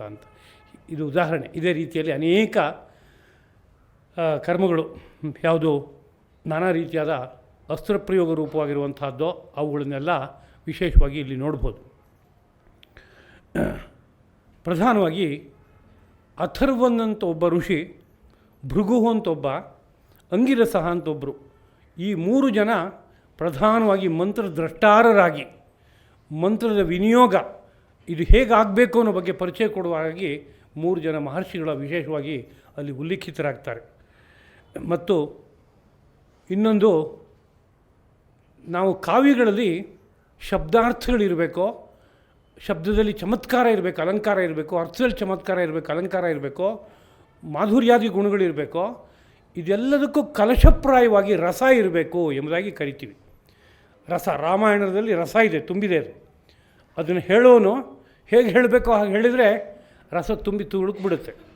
ರಾಮಾಯಣದಲ್ಲಿ ತುಂಬ ಪ್ರಧಾನವಾಗಿ ಕರುಣರಸ ಇದೆ ಅಂತ ನಮ್ಮ ಶಾಸ್ತ್ರ ಹೇಳ್ತಾ ಇದೆ. ಮಹಾಭಾರತದಲ್ಲಿ ಶಾಂತರಸ ಇದೆ ಅಂತ ಪ್ರಧಾನವಾಗಿ ಹೇಳ್ತಾ ಇದೆ. ಆ ರಸಕ್ಕೆ ಸಂಬಂಧಪಟ್ಟಂತಹ ವಿಷಯಗಳನ್ನು ಎಲ್ಲಿಂದ ತೊಗೊಂಬಂದಿರೋದು, ಯಾವುದು ಅದಕ್ಕೆ ಸ್ರೋತೋ ಮೂಲ ಅಂತ ಕೇಳಿದ್ರೆ, ಜಗ್ರಾಹ ಪಾಠ್ಯಂ ಋಗ್ವೇದಾತ್, ಭರತಮುನಿಯ ಮಾತು. ಜಗ್ರಾಹ ಪಾಠ್ಯಂ ಋಗ್ವೇದಾತ್ ಅಂದರೆ ಒಂದು ಕಾವ್ಯ ನಾಟಕಗಳಲ್ಲಿ ಯಾವುದೋ ಒಂದಷ್ಟು ಬರಹ ಇದೆಯಲ್ಲ, ಅದು ಕಾನ್ವರ್ಸೇಷನ್ ಅಥವಾ ನಿರೂಪಣೆ, ಅಲ್ಲಿರುವ ಪಾಠದ ಭಾಗ ಇದೆಯಲ್ಲ, ಅದು ಋಗ್ವೇದದಿಂದ ಬಂದಿರುವಂತಹದ್ದು ಅಂತ. ಸಾಮಭ್ಯೋ ಗೀತಮೇವಚ, ಆ ಕಾವ್ಯ ನಾಟಕಗಳಲ್ಲಿ ಬರುವ ಗೀತಾದಿ ಭಾಗಗಳೇನಿದೆ ಅದಷ್ಟು ಸಾಮವೇದದಿಂದ ಬರುವಂತಹದ್ದು ಅಂತ. ಯಜುರ್ವೇದಾದ ಅಭಿನಯಂ, ಯಜುರ್ವೇದದಿಂದ ಅಭಿನಯ ಅನ್ನೋ ಕಲೆ ವಿಶೇಷವಾಗಿ ವಿಸ್ತಾರವಾಗಿದೆ ಅಂತ. ರಸಾನ್ ಅಥರ್ವಣಾದಪಿ, ಅಥರ್ವವೇದದಿಂದ ರಸ ಅನ್ನೋ ಕಾನ್ಸೆಪ್ಟು ಪ್ರಧಾನವಾಗಿ ಅದು ವಿಸ್ತಾರ ಆಗಬೇಕಾದ್ರೆ ಯಾವ ತರಹದ ಕಾವ್ಯ ರಚನೆ ಮಾಡಬೇಕು ಅದಕ್ಕೆ ಬೇಕಾಗುವ ಸೂತ್ರಪ್ರಾಯವಾದ ಮಾತುಗಳೆಲ್ಲ ಅಲ್ಲಿ ಬಂದಿದೆ ಅಂತ. ಅದರಿಂದ ನಾವು ಇವತ್ತು ಯಾವುದನ್ನು ಕಾವ್ಯ ಅಂತ ಕರಿತಾ ಇದ್ದೀವೋ ಆ ಕಾವ್ಯದ ಸಾರಿಷ್ಠವಾದ ಭಾಗ ರಸ ಏನಿದೆ, ಆ ರಸಕ್ಕೆ ಸಂಬಂಧಪಟ್ಟಂಥ ಮೌಲಿಕ ಚಿಂತನೆಯನ್ನು ಅಥರ್ವವೇದ ಕೊಡ್ತಾ ಇದೆ ಎಂಬ ಮಾತುಂಟು. ಮತ್ತು ಒಂದೊಂದು ವೇದಕ್ಕೂ ಕೂಡ ಒಂದು ನಿರ್ದಿಷ್ಟವಾದ ದೇವತೆ ಇದೆ ಎಂಬುದಾಗಿ ಕರೀತಾರೆ. ಋಗ್ವೇದಕ್ಕೊಂದು ದೇವತೆ, ಯಜುರ್ವೇದಕ್ಕೊಂದು, ಸಾಮಕ್ಕೊಂದು, ಅಥರ್ವವೇದಕ್ಕೊಂದು ಅಂತ. ಅದರಲ್ಲಿ ಅಥರ್ವವೇದದ ದೇವತೆ ಅಂತ ತಗೊಂಡಾಗ ಆ ದೇವತೆಗೆ ಒಂದು ಗೋತ್ರ ಇದೆ, ವೈಜಾನ ಗೋತ್ರಂ ಅಂತ. ಲೋಕದಲ್ಲೆಲ್ಲ ಹೇಳೋದು ನಿಮ್ಮದು ಯಾವ ಗೋತ್ರ ಅಂತ ಕೇಳಿದಾಗ ವಿಶ್ವಾಮಿತ್ರ ಗೋತ್ರ, ವಸಿಷ್ಠ ಗೋತ್ರ, ಕಶ್ಯಪ ಗೋತ್ರ, ಈ ಥರದ್ದು ಏನೇನೋ ಮಾತುಗಳು ಬಂದಿದೆ. ಗೋತ್ರ ಅನ್ನೋದು ಏನದು ವಸ್ತುತಃ ಅಂತ ಕೇಳಿದರೆ ವಂಶದ ಮೂಲ ಪುರುಷರು ಸೃಷ್ಟಿಯಲ್ಲಿ ಸಹಜವಾಗಿ ಏರ್ಪಟ್ಟು ಅವರ ತಳಿ ವಿಸ್ತಾರವಾಗ್ತಾ ಹೋಗಬೇಕಾದ್ರೆ ಅವರು ಯಾವುದೋ ಧರ್ಮ ನಿರಂತರ ಮುಂದಕ್ಕೆ ಸಾಗಬೇಕಾಗಿದೆ. ಅದಕ್ಕೆ ಬೇಕಾಗಿರುವ ಬೀಜ ಏನಿದೆ ಅದನ್ನು ಗೋತ್ರ ಅನ್ನೋ ಪದದಿಂದ ಕರಿಬೋದು. ಸ್ಥೂಲವಾಗಿ ಅರ್ಥ ಹೇಳ್ತಾ ಇದ್ದೀನಿ ನಾನು ಅಷ್ಟೇ. ಅದರಲ್ಲಿ ಈ ಅಥರ್ವವೇದಕ್ಕೆ ವೈಜಾನು ಗೋತ್ರ ಅಂತ ಒಂದು ಗೋತ್ರ, ಮತ್ತು ಇದಕ್ಕೆ ದೇವತೆ ಇಂದ್ರ ದೇವತೆ, ಅನುಷ್ಟುಪ್ ಎಂಬುದು ವಿಶೇಷವಾದಂಥ ಒಂದು ಛಂದಸ್ಸು. ಮತ್ತು ಈ ಅಥರ್ವವೇದ ದೇವತೆ ಹೇಗಿದ್ದಾನೆ ಅಂತ ಕೇಳಿದ್ರೆ ತೀಕ್ಷ್ಣ, ಯುದ್ಧಕ್ಕೆ ಸನ್ನದ್ಧನಾಗಿರುವ ದೇವತೆ. ಹಾಗೆ ಎಷ್ಟೊತ್ತಿಗೆ ಬೇಕಾದ್ರೂ ನುಗ್ಗಿ ಹೋಗ್ತೇನೆ ನಾನು ಅನ್ನೋ ತರಹ ವೀರರಸ ತುಂಬಿರುವಂಥ ಒಂದು ಮುಖಭಾವ. ಚಂಡ ಅಂದರೆ ಪ್ರಚಂಡತೆ ತುಂಬಿದೆ. ಕೃಷ್ಣ ಕಪ್ಪು ಬಣ್ಣದಿಂದ ಕಾಣಿಸ್ತಾನೆ. ಕಾಮರೂಪಿ, ಇಷ್ಟ ಬಂದಾಗ ಇಷ್ಟರೂಪವನ್ನು ಧಾರಣೆ ಮಾಡುವಂಥ ದೇವತೆ ಅವನು. ಒಮ್ಮೆ ಆನೆಯಾಗಿ ತೋರ್ತಾನೆ, ಇದ್ದಕ್ಕಿದ್ದಾಗೆ ಹುಲಿ ಆಗ್ತಾನೆ, ಇನ್ನೊಮ್ಮೆ ಸರ್ಪ ಆಗ್ತಾನೆ, ಇನ್ನೊಮ್ಮೆ ರಾಕ್ಷಸನಂತೆ ಕಾಣಿಸ್ತಾನೆ. ಹೀಗೆಲ್ಲ ನಾನಾ ರೂಪವನ್ನು ಧಾರಣೆ ಮಾಡೋಕ್ಕೆ ಬೇಕಾಗುವಂಥ ಸ್ವರೂಪ ಇದೆ. ಇದೆಲ್ಲ ಲಕ್ಷಣಗಳು ಒಬ್ಬ ಪ್ರಧಾನವಾದ ರಾಜನಿಗೆ ಇರಬೇಕಾದ ಲಕ್ಷಣಗಳು. ಆ ಶಕ್ತಿಗಳನ್ನು ನಾವು ನಾನಾ ರೀತಿಯಲ್ಲಿ ಬಳಸ್ಕೋಬೇಕಾಗಿದೆ. ಅದಕ್ಕೆ ಜ್ಞಾಪಕವಾಗಿ ಇವೆಲ್ಲ ಇದೆ. ಹಾಗೆ ಕ್ಷುದ್ರಕರ್ಮಿ ಅಂದರೆ ನೀಚ ಕರ್ಮಗಳನ್ನು ಮಾಡುವವನು ಅಂತ. ನೀಚ ಕರ್ಮ ಸದುದ್ದೇಶದಿಂದ ಮಾಡುವವನು. ಇನ್ನೊಬ್ಬರನ್ನ ಸುಮ್ಮನೆ ಹಾಳು ಮಾಡೋದಕ್ಕೋಸ್ಕರ ಮಾಡಿದ್ರೆ ಅವನು ದೇವರು ಅಂತಾಗಲ್ಲ. ಆದರೆ ಎಷ್ಟೋ ಸಂದರ್ಭದಲ್ಲಿ ಒಂದು ಮಹಾ ಕಾರ್ಯ ಸಾಧನೆ ಮಾಡಬೇಕಾದ್ರೆ ಅದಕ್ಕೆ ಪ್ರತಿಬಂಧಕವಾಗಿರುವ ವ್ಯಕ್ತಿಯನ್ನು ಯಾವುದಾದ್ರೂ ರೀತಿಯಲ್ಲಿ ದಮನ ಮಾಡಬೇಕಾಗತ್ತೆ. ಅವನ ಸಾಮರ್ಥ್ಯ ಕೆಳಗಿಳಿಸ್ಬೇಕಾಗತ್ತೆ. ಎಷ್ಟೋ ಸಂದರ್ಭದಲ್ಲಿ ಅವನ ಅಸ್ತಿತ್ವವೇ ಇನ್ನಿಲ್ಲ ಅಂತ ಮಾಡ್ಕೋಬೇಕಾಗತ್ತೆ. ಇಲ್ಲೋದ್ರೆ ಯಾವ ಶುಭ ಕಾರ್ಯವೂ ನಡೆಯೋದೇ ಇಲ್ಲ ಅನ್ನೋ ಪರಿಸ್ಥಿತಿ ಉಂಟು. ಅಂಥ ಕಾರ್ಯಗಳನ್ನು ಮಾಡೋಕ್ಕೆ ಸಾಮರ್ಥ್ಯ ಇದೆ, ಆ ವಿದ್ಯೆಗಳು ಗೊತ್ತಿದೆ ಅನ್ನೋ ಅರ್ಥದಲ್ಲಿ ಕ್ಷುದ್ರಕರ್ಮಿ ಎಂಬುದಾಗಿ ಅವನು ಕರೀತಾರೆ. ಮತ್ತು ಅಲ್ಲಿರೋ ದೇವತೆ ಇದೆಯಲ್ಲ, ಆ ದೇವತೆ ಎರಡು ತರಹ ಇದೆ. ಶುಭ ಕರ್ಮಗಳನ್ನು ಮಾಡ್ಕೋತಾ ಆ ದೇವತೆಯನ್ನು ಪ್ರಸನ್ನಗೊಳಿಸೋಕ್ಕೂ ಬರುತ್ತೆ. ಕ್ಷುದ್ರ ಕರ್ಮಗಳನ್ನು ಮಾಡ್ತಾನೋ ಆ ದೇವತೆಯನ್ನು ಪ್ರಸನ್ನಗೊಳಿಸೋಕ್ಕೆ ಬರುತ್ತೆ. ಆದ್ದರಿಂದ ಕ್ಷುದ್ರ ಕರ್ಮಗಳನ್ನು ಸಾಧನೆ ಮಾಡ್ತಾ ಹೋದಾಗ ಈ ದೇವತೆಯನ್ನು ನಾವು ನಮ್ಮ ಹತೋಟಿಗೆ ತಂದ್ಕೋಬಹುದು ಅಂತ. ಅಂದರೆ ತಾತ್ಪರ್ಯ ರಾಜಸ ತಾಮಸವಾದ ಅನೇಕ ಕರ್ಮಗಳ ಮೂಲಕವಾಗಿ ಈ ದೇವತಾ ಶಕ್ತಿಗಳನ್ನು ವಶಪಡಿಸ್ಕೊಳ್ಳೋದಕ್ಕೆ ಇಲ್ಲಿ ಅವಕಾಶ ಇದೆ ಎಂಬ ಮಾತನ್ನು ಹೇಳ್ತಾ ಇದ್ದಾರೆ. ಆದರೆ ಅಥರ್ವವೇದದಲ್ಲಿ ಕೇವಲ ಆ ಥರದ್ದು ಮಾತ್ರ ಇಲ್ಲ. ಶಿವನಿಗೆ ಸಂಬಂಧಪಟ್ಟಂಥ ಈ ಪದಗಳನ್ನು ತಗೊಂಡು ಮಾತಾಡೋಕ್ಕೆ ಹೊರಟ್ವಿ. ಅಲ್ಲಿ ಅಥರ್ವಾನ ಅನ್ನೋ ಶಬ್ದ ಈಶ್ವರನಿಗೂ ಬಳಕೆ ಮಾಡಿದ್ದಾರೆ. ಈಶ್ವರ ತಮಸ್ಸನ್ನುವ ಗುಣದ ಮೇಲೆ ಅಧಿಪತಿಯಾದ ದೇವತೆ. ಈ ಸಮಗ್ರ ಸೃಷ್ಟಿಯ ಬಾಹ್ಯವಾದ ಕ್ಷೇತ್ರ ಏನಿದೆ, ನಮ್ಮ ಕಣ್ಣಿಗೆ ಕಾಣುವಂಥ ಪಾಂಚಭೌತಿಕ ಕ್ಷೇತ್ರ ಏನಿದೆ, ಅಲ್ಲಿ ಪ್ರಧಾನವಾಗಿ ಆಳ್ತಾ ಇರುವಂಥವನು ಶಿವನೇ ಅವನು. ಆದ್ದರಿಂದ ನಾನಾ ರೀತಿಯಾದಂಥ ಅವನ ಅಂಗವಾಗಿ ರಾಜಸ ತಾಮಸ ಶಕ್ತಿಗಳಿದೆ ಅವನಿಗೆ. ಅವನು ಪರಮಸಾತ್ವಿಕನಾಗಿದ್ದರೂ ಕೂಡ ತನ್ನ ಮಹಾಕಾರ್ಯ ಸಾಧನೆಗೆ ನಾನಾ ರೀತಿಯಾದ ರಾಜಸ ತಾಮಸ ಶಕ್ತಿಗಳನ್ನು ಇಟ್ಕೊಂಡಿದ್ದಾನು. ಆ ಶಕ್ತಿಗಳನ್ನು ಪ್ರೀತಿಗೊಳಿಸೋದಕ್ಕೆ ಕ್ಷುದ್ರ ಕರ್ಮಗಳು ಸಾಧಕವಾಗುತ್ತೆ. ಕ್ಷುದ್ರ ಕರ್ಮಗಳ ಮೂಲಕವಾಗಿ ಅವನ್ನ ಒಲಿಸ್ಕೋಬೇಕಾಗತ್ತೆ. ಇಷ್ಟು ಪ್ರಧಾನವಾದ ಅಥರ್ವವೇದದ ವಿಚಾರ ಅಂತ ಅಂದ್ಕೋಬೇಕು. ನಾನಾ ಗಿಡಮೂಲಿಕೆಗಳ ಬಗ್ಗೆ ಪರಿಚಯ ಸಿಗುತ್ತೆ ಅಲ್ಲಿ ನಮಗೆ. ಇದೇ ರೀತಿಯಲ್ಲಿ ನಿತ್ಯ ಜೀವನಕ್ಕೆ ಪ್ರತಿಯೊಬ್ಬ ಮಾನವನಿಗೂ ಈತಿಬಾಧ ಪರಿಹಾರವಾಗಿ ನೆಮ್ಮದಿಯಾಗಿ ಬದುಕೋದಕ್ಕೆ ಬೇಕಾಗುವ ನಾನಾ ರೀತಿಯಾದ ಉಪಾಯಗಳನ್ನು ವಿಶೇಷವಾಗಿ ಕೊಡ್ತಾ ಇದೆ. ಆದ್ದರಿಂದ ತುಂಬ ನಿತ್ಯೋಪಕಾರಿಯಾದಂಥ ಒಂದು ವೇದ, ಅದು ಮಾನ್ಯವಾದಂಥ ವೇದ. ಅಷ್ಟನ್ನು ಆ ಬಗ್ಗೆ ನೆನಪಿಸ್ಕೊಂಡು ಮುಂದಿನ ವಿಷಯಕ್ಕೆ ಹೋಗೋಣ. ಉಪನಿಷತ್ತುಗಳಲ್ಲಿ ಆರಂಭದಲ್ಲಿ ಹಿಂದಿನ ಪ್ರವಚನದಲ್ಲಿ ಶುರು ಮಾಡಿದ್ದೆ ನಾನು. ಶಾಂತಿ ಪಾಠ ಎಂಬ ಒಂದು ವಿಷಯ ಇರುತ್ತೆ. ಶಾಂತಿ ಪಾಠ ಹೇಳಿ ಅನಂತರದಲ್ಲಿ ಉಪನಿಷತ್ತನ್ನು ಅನುಸಂಧಾನ ಮಾಡೋದು, ಕೊನೆಯಲ್ಲಿ ಶಾಂತಿ ಪಾಠ ಮಾಡಿ ಅದನ್ನು ಮುಕ್ತಾಯ ಮಾಡೋದು, ಪ್ರಣವದಿಂದ ಆರಂಭ ಮಾಡಿ ಕೊನೆಯಲ್ಲಿ ಓಂ ಶಾಂತಿ ಶಾಂತಿ ಶಾಂತಿ ಅಂತ ಮೂರಾವರ್ತಿ ಹೇಳಿ ಅದನ್ನು ಮುಕ್ತಾಯ ಮಾಡುವಂಥದ್ದು ಕ್ರಮ. ಆರಂಭದಲ್ಲಿ ಪ್ರಣವ ಅಂದರೆ ಓಂಕಾರ. ಆ ಓಂಕಾರ ಎಂಬುದು ಸಕಲ ದೇವತಾತ್ಮಕವಾದಂಥ ಒಂದು ನಾದ, ಪರಮಾತ್ಮನನ್ನು ಪ್ರತಿನಿಧಿಸುವಂಥ ಒಂದು ನಾದ. ಅದು ಅದನ್ನು ಸರಿಯಾಗಿ ಉಚ್ಚರಿಸೋದಾದರೆ ಅದನ್ನು ಉಚ್ಚಾರಣೆ ಮಾಡ್ತಾ ಇರುವಾಗ ಭಗವಂತನ ಸಾಕ್ಷಾತ್ಕಾರ ಆಗಿಬಿಡುತ್ತೆ. ಅದಕ್ಕೆ ಕಾರಣ ಆ ಓಂಕಾರಕ್ಕೂ ಪರಮಾತ್ಮನಿಗೂ ಅವಿನಾಭಾವ ಸಂಬಂಧ ಇದೆ ಅಂತ ಶಾಸ್ತ್ರಗಳು ಹೇಳುತ್ತೆ. ಒಂದನ್ನು ಬಿಟ್ಟು ಒಂದಿರಲ್ಲ. ಅದು ಪ್ರಣವವು ಪರಮಾತ್ಮನನ್ನು ಬಿಟ್ಟಿರೋಲ್ಲ, ಪರಮಾತ್ಮನು ಈ ಒಂದು ಪ್ರಣವನಾದವನ್ನು ಬಿಟ್ಟಿರೋಲ್ಲ. ಅವೆರಡೂ ಜೊತೆಗೇ ಇರುತ್ತೆ. ಆದ್ದರಿಂದ ಆ ಪ್ರಕಾಶ ದರ್ಶನ ಮಾಡೋದ್ರ ಮೂಲಕವಾಗಿ ಆ ಪ್ರಣವನಾದವನ್ನು ಕೇಳಬಹುದು ಅಂತ ಪ್ರಪಂಚದಲ್ಲಿ. ಪ್ರಣವನಾದವನ್ನು ಯಥಾವತ್ತಾಗಿ ಹಾಗೆ ಉಚ್ಚರಿಸಿದ ಆ ಪರಮ ಪ್ರಕಾಶ ಪರಮಾತ್ಮನನ್ನು ದರ್ಶನ ಮಾಡ್ಬೋದು ಅನ್ನೋ ವಿಷಯವನ್ನು ಹೇಳುತ್ತೆ. ಯೋಗ ಸೂತ್ರ ಹೇಳುವಾಗ ತಸ್ಯ ವಾಚಕ ಪ್ರಣವ, ಈಶ್ವರನ ಲಕ್ಷಣವನ್ನೆಲ್ಲ ಹೇಳಿ ಆ ಈಶ್ವರನಿಗೆ ವಾಚಕವಾದ ಶಬ್ದ ಅಂದರೆ ಅವನನ್ನು ಪ್ರತಿನಿಧಿಸುವ ಒಂದು ಸೌಂಡ್ ಫಾರಮ್ ಅಂತ ಇಟ್ಕೋಬೋದು. ಶಬ್ದ ಅದು ಯಾವುದು ಅಂತ ಕೇಳಿದರೆ ಓಂಕಾರ ಪ್ರಣವ ಎಂಬುದಾಗಿ ಕರೀತಾರೆ. ಅಂತಹ ಪ್ರಣವವನ್ನು ಉಚ್ಚರಿಸಿ ಅನಂತರದಲ್ಲಿ ಕೆಲವು ಯಾವ ಹಿತವನ್ನು ನಾವು ಬಯಸಬೇಕಾಗಿದೆಯೋ ಅದಕ್ಕೆ ಸ್ಮಾರಕವಾದಂಥ ಕೆಲವು ಮಂತ್ರಗಳನ್ನು ಹೇಳಿ ಕೊನೆಯಲ್ಲಿ 3 ಸಾರಿ ಶಾಂತಿ ಅನ್ನೋ ರೀತಿಯ ಶಬ್ದವನ್ನು ಬಳಸುವಂತಹದ್ದು ಈ ಶಾಂತಿ ಪಾಠದಲ್ಲಿ ಬರುತ್ತೆ. 3 ಸಾರಿ ಪ್ರಧಾನವಾಗಿ ಶಾಂತಿ ಅಂತ ಹೇಳೋದಕ್ಕೆ ತುಂಬ ಪ್ರಧಾನವಾದ ಕಾರಣ ಜೀವನದಲ್ಲಿ 3 ಕ್ಷೇತ್ರಗಳಿದೆ ಎಂಬುದಾಗಿ ಕರೀತಾರೆ. ನಮಗಿವತ್ತು ಈ ಭೌತಿಕ ಕ್ಷೇತ್ರ ಮಾತ್ರ ಗೊತ್ತಾಗ್ತಾ ಇದೆ, ಪಂಚಭೂತಮಯವಾದ ಕ್ಷೇತ್ರ ಮಾತ್ರ ನಮಗೆ ಗೊತ್ತು. ಆದರೆ ಅದರ ಹಿಂದ್ಗಡೆಗೆ ಇನ್ನೊಂದು ದೇವತಾಮಯವಾದ ಕ್ಷೇತ್ರವಿದೆ ಅಂತ ಭಾರತ ಋಷಿ ಮಹರ್ಷಿಗಳು ಸಾರ್ತಾರೆ. ಅದಕ್ಕೆ ದೈವೀ ರಾಜ್ಯ ಅಂತ ಕರಿಬಹುದು. ಉದಾಹರಣೆಗೆ ಮೂಗು ಅಂದರೆ ಹೊರಗಡೆಯಿಂದ ನೋಡಿದಾಗ ನಾವು ಇನ್ಹೇಲ್ ಮಾಡೋದಕ್ಕೆ ಎಕ್ಸೇಲ್ ಮಾಡೋದಕ್ಕೆ ಉಸಿರು ತೊಗೊಳೋದಕ್ಕೆ ಬಿಡೋದಕ್ಕೆ 2 ದ್ವಾರವಾಗಿ ನಿಂತಿದೆ, 2 ಹೋಲ್ ಇದೆ ಇಲ್ಲಿ. ಇಷ್ಟು ಮಾತ್ರ ನಮಗೆ ಕಾಣಿಸ್ತಾ ಇದೆ. ಇನ್ನು ಸ್ವಲ್ಪ ಜಾಸ್ತಿ ಗೊತ್ತಿದ್ದರೆ ತಿಂದಿದ್ದು ಶ್ಲೇಷ್ಮ ಪ್ರಧಾನವಾದ ಪದಾರ್ಥಗಳು ತುಂಬ ಜಾಸ್ತಿ ತಿಂದುಬಿಟ್ಟೆ, ಸಿಕ್ಕಾಪಟ್ಟೆ ಸ್ವೀಟು, ಕರ್ತಿಂಡಿ, ಬಾಳೆಹಣ್ಣು ಬೇರೆ ಬೇರೆ ಎಲ್ಲ ತಿಂದೆ, ಆಗ ಇಲ್ಲೊಂದು ಸಿಂಪ್ಟಮ್ ಶುರುವಾಗುತ್ತೆ. ರನ್ನಿಂಗ್ ನೋಸ್, ಮೂಗು ಕೆಳಗಡೆಗೆ ಹರಿತಾ ಇದೆಯಂತೆ ನಿರಂತರವಾಗಿ, ಅದು ಶುರುವಾಗುತ್ತೆ. ಇಷ್ಟು ನಮಗೆ ಗೊತ್ತಿದೆ ಅಷ್ಟೇ, ಇದಕ್ಕಿಂತ ಹೆಚ್ಚು ನಮಗೆ ಗೊತ್ತಿಲ್ಲ. ಸರ್ಜರಿ ಮಾಡಿ ನೋಡಿದ್ರು ಏನೂ ಸಿಕ್ಕಿಲ್ಲ, ಬೇಕಾದಷ್ಟು ಸರ್ಜರಿ ಮಾಡಿ ನೋಡ್ತಾನೆ ಇರ್ತಾರೆ, ಸಿಗ್ತಾಯಿಲ್ಲ.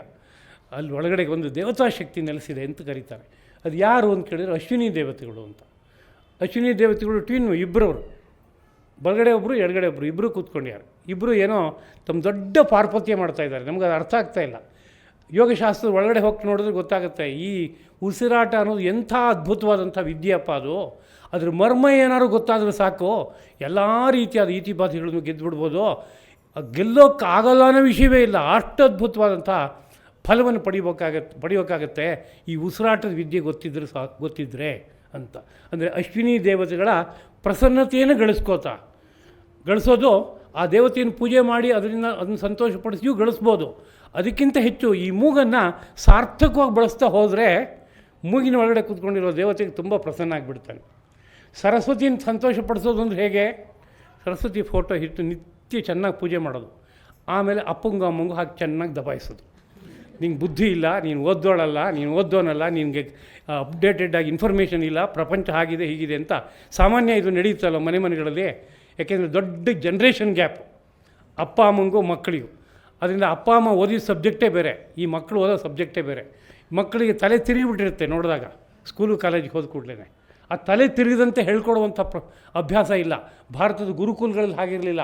ಎಂಥ ಆಳವಾದ ವಿದ್ಯೆಯನ್ನು ಹೇಳಿದ್ರು ಮಧ್ಯದಲ್ಲಿ ತಲೆ ಮಟ್ಕೋ ತರಹ ಮಾಡಿ ಎಚ್ಚರಿಕೆಯಿಂದ ವಿನಯದಿಂದ ಬದುಕಬೇಕು, ಇಲ್ಲಿ ಹೋದಲ್ಲಿ ಪಾಪ ಸಂಗ್ರಹ ಮಾಡ್ಕೋತೀಯ, ಜೀವನ ಹಾಳಾಗೋಗುತ್ತೆ ಅಂತ ಎಚ್ಚರಿಕೆಯನ್ನು ಕೊಡ್ತಾಯಿದ್ರು. ವಿದ್ಯೆಯ ಪ್ರಧಾನವಾದ ಲಕ್ಷಣವೇ ವಿದ್ಯಾ ದದಾತಿ ವಿನಯಂ. ವಿನಯವನ್ನು ತಂದು ಕೊಟ್ಟರೆ ಅವನಿಗೆ ವಿದ್ಯೆ ಇದೆ ಅಂತ ಅರ್ಥ. ಇಲ್ಲೋದು ಇನ್ಫಾರ್ಮೇಷನ್ ಇದೆ ಅವನ ಹತ್ರ ಅಷ್ಟೇ ಒಂದಷ್ಟು, ಅದು ಸದ್ವಿನಿಯೋಗ ಆಗಕ್ಕೆ ಬರೋಲ್ಲ ಅನ್ನೋದು ಭಾರತೀಯರ ಚಿಂತನೆ. ಹಾಗೆ ಗುರುಕುಲಗಳಲ್ಲಿ ವಿದ್ಯೆಯನ್ನು ಕಲಿಸ್ತಾಯಿದ್ರು. ಇವತ್ತು ಆ ಪದ್ಧತಿ ಹೋಗಿಬಿಟ್ಟಿದೆ, ಹೊರಗಡೆ ಸ್ಕೂಲು ಕಾಲೇಜಿಗೆ ಹೋಗಿ ಬಂದಿದೆ. ಅಂದರೆ ಈಗೋಯಿಸಮ್ ಅಂತ ಹೇಳ್ಬೋದಲ್ಲ, ಈ ನೆಕ್ಕು ಭಾಳ ಸ್ಟಿಫ್ ಆಗುತ್ತೆ ಒಂದು ದೃಷ್ಟಿಯಿಂದ. ಇನ್ನೊಂದು ಭಾಷೆಯಲ್ಲಿ ಹೇಳೋದಾದ್ರೆ, ಅಮೇರಿಕಾ ಭಾಷೆ ಹೇಳೋದಾದರೆ, ಎಡ್ಗರ್ ಕೇಸಿ ಅನ್ನೋನನ್ನು ಅವರ ಇನ್ಸ್ಟಿಟ್ಯೂಷನಿಗೆ ಹೋಗಿದ್ದೆ, ಒಂದು 3 ದಿವಸ ಇದ್ದೆ ಅಲ್ಲಿ. ಅವ್ನು ಮಾಡಿರೋ ಶೋಧನೆ ಬಗ್ಗೆ ಒಂದಷ್ಟು ಇನ್ಫಾರ್ಮೇಷನ್ ಸುಮ್ಮನೆ ಕೇಳಿ ಪ್ರಾಕ್ಟಿಕಲಾಗಿ ತೊಗೊಳಕ್ಕೆ ಅಂತ ಹೋದೆ. ಅಮೇರಿಕಾ ಜನರ ದೋಷವೇನು ಅಂತ ಒಂದು ಪ್ರಶ್ನೆ ಹಾಕಿದ್ದಾರೆ. ಪ್ರಶ್ನೆ ಹಾಕಿದಾಗ ಈಗೋಯಿಸಮ್ ಅಂತ ಉತ್ತರ ಕೊಟ್ಟಿದ್ದಾರೆ. ಹಾಗೆ ಇನ್ನೊಬ್ಬ ಇಂಡಿಯಾ ದೇಶದ ದೋಷ ಏನು ಅಂತ ಕೇಳಿದಾಗ ಸೆಲ್ಫಿಶ್ನೆಸ್ ಅಂತ ಉತ್ತರ ಕೊಟ್ಟಿಯಾನೆ. ಅಂದರೆ ಇಲ್ಲಿ ಏನೋ ಒಂದು ಆದರ್ಶವಾದ ಜೀವನ ಟ್ವಿಸ್ಟ್ ಆದಾಗ ಹೀಗಾಗತ್ತೆ ಅನ್ನೋದಕ್ಕೆ ಉದಾಹರಣೆ ತಗೋಬೇಕು. ಪರಮಾದರ್ಶವಾಗಿ ಬದುಕಿದಂತಹ ಭಾರತ ದೇಶದ ಪ್ರಜೆಗಳು ಯಾವುದೋ ಕಾರಣದಲ್ಲಿ ಕ್ಷುದ್ರ ಸ್ವಾರ್ಥಕ್ಕೆ ಇಳಿದುಬಿಟ್ರು ಅನ್ನೋದನ್ನು ನೆನಪಿಸ್ತಾ ಇದೆ ಅಂತ ಆ ಮಾತನ್ನು ತೊಗೋಬೋದು. ಎಡ್ಗರ್ ಕೇಸಿ ಮಾತೇ ಸರ್ವಾಂಶೇನ ಪ್ರಮಾಣ ಅಂತ ತೊಗೋಬೇಕಾಗಿಲ್ಲ. ಆದರೆ ಅನೇಕ ಸತ್ಯಗಳನ್ನು ಹೇಳಿರೋದು ಹೌದು. ನಮ್ಮ ಭಾರತದ ಪರಂಪರೆಯಲ್ಲಿ ಬಂದಿರೋ ಅನೇಕ ಸತ್ಯಗಳು ಅವನ ಬಾಯಿನಲ್ಲಿ ಬಂದುಬಿಟ್ಟಿದೆ, ಯಾವುದೋ ಕಾರಣಕ್ಕೆ ಟ್ರಾನ್ಸ್ನಲ್ಲಿ ಬಂದಿದೆ ಅಂತ ಅವ್ರು ಹೇಳ್ತಾರೆ. ಅದು ಆಗೋಕ್ಕೆ ಸಂಭವ ಇದೆ. ಎಲ್ಲವೂ ಬಂದಿದೆ ಅಂತಲ್ಲ, ಎಷ್ಟೋ ವಿಷಯ ಬಂದಿದೆ. ಆ ನೇರದಲ್ಲಿ ಮೆಚ್ಚಬೇಕು ಅಂತ ಅನಿಸುತ್ತೆ. ನಾಲ್ಗೆಯಲ್ಲಿ ಸರಸ್ವತಿ ಇದೆ ಅಂತ ಆ ವಿಷಯ ಹೇಳಿಕೊಟ್ಟಿದ್ದೆ. ಅದರಿಂದ ಸರಸ್ವತಿ ಫೋಟೋ ಇಟ್ಟು ನಿತ್ಯ ಚೆನ್ನಾಗಿ ಪೂಜೆ ಮಾಡಿ, ಷೋಡಶೋಪಚಾರ ಪೂಜೆ, ಬೇಕಾದಷ್ಟು ಹೂ ತಂದು ಹಣ್ಣು ತಂದು ಭಾರಿ ಗಂಟೆ ಬಾರಿಸಿ, ಹೊಸದಾಗಿ ತಯಾರಾಗಿರೋ ಗಂಟೆ, ಪ್ರಣವನಾದ ಮುಳುಗಿಸುವಂಥ ಗಂಟೆ ಯಾರೋ ಮಾಡಿದ್ದಾರೆ ಹೊಸದಾಗಿ, ಅದು ತಂದು ಬಾರಿಸಿ ಎಲ್ಲ ಮಾಡಿದೆ. ಆದರೆ ಮುಂದಿನ ಕ್ಷಣಕ್ಕೆ ಅಪ್ಪನೋ ಅಮ್ಮನೋ ಗುರುವನ್ನೋ ಹಿರಿಯರನ್ನೋ ನಿಂದೆ ಮಾಡಿದೆ ಅಂದರೆ ಈ ಪೂಜೆಗೆ ಅರ್ಥ ಇಲ್ಲ ಅಂತಲೇ ಅರ್ಥ. ಅದೇ ಈ ಪೂಜೆ ಮಾಡಲಿಲ್ಲ ಅಂತ ಇಟ್ಕೊಳ್ಳಿ, ಅಲ್ಲೆಲ್ಲ ಯಾರ್ಯಾರನ್ನು ಗೌರವಿಸಬೇಕೋ, ಸರಸ್ವತಿ ತನ್ನ ನಾಲಿಗೆಯಲ್ಲಿ ಬೆಳೆಯೋಕ್ಕೆ ಯಾರ್ಯಾರು ಸಹಕಾರ ಕೊಟ್ಟಿಯಾರೋ ಅವ್ರನ್ನೆಲ್ಲ ಪರಮಾದರಣದಿಂದ ಭಾವಿಸಿಬಿಟ್ರೆ ಸರಸ್ವತಿ ಪೂಜೆ ಒಂದು ನೇರದಲ್ಲಿ ಆಗೋಗ್ಬಿಡುತ್ತೆ. ಆದರೆ ಹಾಗೆ ಅಂದ್ಕೊಂಡು ಹಾಗಾದ್ರೆ ಹೊರಗಡೆ ಸರಸ್ವತಿ ಪೂಜೆ ಬೇಡ ಅಂತ ಹೇಳೋಕ್ಕೆ ಬರೋಲ್ಲ. ಯಾಕೆಂದರೆ ಪ್ರೀತಿ ಬೆಳೀತಾ ಹೋದಾಗ, ನಿನ್ನ ಅನುಗ್ರಹದಿಂದ ಇಷ್ಟೆಲ್ಲ ಆಗಿದೆ ಅಂತಂದಾಗ ನಿನ್ನ ಕಣ್ತುಂಬ ನೋಡಬೇಕಮ್ಮ ಅಂತ ಅನಿಸುತ್ತೆ, ಮೂರ್ತಿ ಇಟ್ಕೋಬೇಕು ಅಂತ ಅನಿಸುತ್ತೆ, ಮೂರ್ತಿನ ಮುದ್ದಾಡಬೇಕು ಅಂತ ಅನಿಸುತ್ತೆ, ನಾನಾ ರೀತಿಯಾದ ಹೆಜ್ಜೆ ಹುಟ್ಟುತ್ತೆ. ಅದಕ್ಕೆ ಪೂಜೆ ಅನ್ನೋ ರೀತಿಯಾದ ಭಾಷೆಯನ್ನು ಕರೆದಿದ್ದಾರೆ. ಅದು ಬೇಕು, ಇಲ್ಲ ಅಂತಲ್ಲ. ಅದು ಹೊರಗಡೆಯಿಂದ ಕೇವಲ ಪೂಜೆ ಅನ್ನೋದು ಅರ್ಥಹೀನವಾದ ವಿಚಾರ ಅನ್ನೋ ಮಾತನ್ನು ಪ್ರಾಕರಣಿಕವಾಗಿ ನೆನಪಿಸ್ತೆ ಅಷ್ಟೇ. ಇವತ್ತು ಈ ಎಲ್ಲ ವಿಷಯಗಳಲ್ಲಿ ತುಂಬ ಅರ್ಥಹೀನವಾದ ನಡೆಗಳಿದೆ. ಇದನ್ನು ಸಮಾಧಾನವಾಗಿ ಅರ್ಥ ಮಾಡ್ಕೋಬೇಕು. ಪೂಜೆಗೆ ವಿರುದ್ಧವಾದ ಕ್ರಿಯೆಗಳು ನಿರಂತರ ನಡೀತಾ ಇರುತ್ತೆ. ಇಲ್ಲೇನೋ ಒಂದು ಪೂಜೆ ಅಂತ ವೈಭವದಿಂದ ಕಾರ್ಯ ನಡೀತಾ ಇರುತ್ತೆ. ಪರಸ್ಪರ ವಿರೋಧ, ಒಂದು ಪ್ಲಸ್ಸು ಒಂದು ಮೈನಸ್ಸು, ರಿಸಲ್ಟ್ ಎಷ್ಟು ಏನೂ ಇಲ್ಲ. ಇಂಥ ಪರಿಸ್ಥಿತಿ ಕೆಲವು ಸಂದರ್ಭದಲ್ಲಿ ಪಾಪವೇ ದೊಡ್ಡ ಮಟ್ಟಕ್ಕೆ ಕೆಲಸ ಮಾಡುತ್ತೆ. ಪೂಜೆ ಅರ್ಧ ಗಂಟೆ, ಪಾಪ 24 ಗಂಟೆಲಿ 10 ಗಂಟೆನೋ 12 ಗಂಟೆನೋ 16 ಗಂಟೆನೋ ನಡೀತಾ ಇರುತ್ತೆ. ಆಗ ಆಗೋ ಪರಿಣಾಮ ಏನು ಅಂದರೆ ಅತ್ಯಂತ ಭಯಂಕರ ಅಂತ ಹೇಳಬೇಕು. ಹೀಗೆ ಮೈನಲ್ಲಿರುವಂತಹ ನಾನಾ ದೇವತೆಗಳೇನಿದ್ದಾರೆ, ಆ ದೇವತೆಗಳನ್ನು ಸಂತೋಷಪಡಿಸೋಕ್ಕೆ ಬೇಕಾಗುವಂತಹ ಅನೇಕ ಮಂತ್ರಗಳು ಮೊದಲಾದವುಗಳೆಲ್ಲ ಅಲ್ಲಿ ಉಪಲಬ್ಧವಿದೆ. ಅದೇ ಕ್ರಮದಲ್ಲಿ ದೇಶದಲ್ಲಿ ಅನೇಕ ಬೆಳೆದು ಬಂದಿದೆ. ಇದು ಈ ಒಂದು ವಿದ್ಯೆಯಲ್ಲಿರುವಂಥ ವೈಶಿಷ್ಟ್ಯ ಎಂಬುದನ್ನು ನೆನಪಿಸ್ಕೊಂಡು ಮುಂದಕ್ಕೆ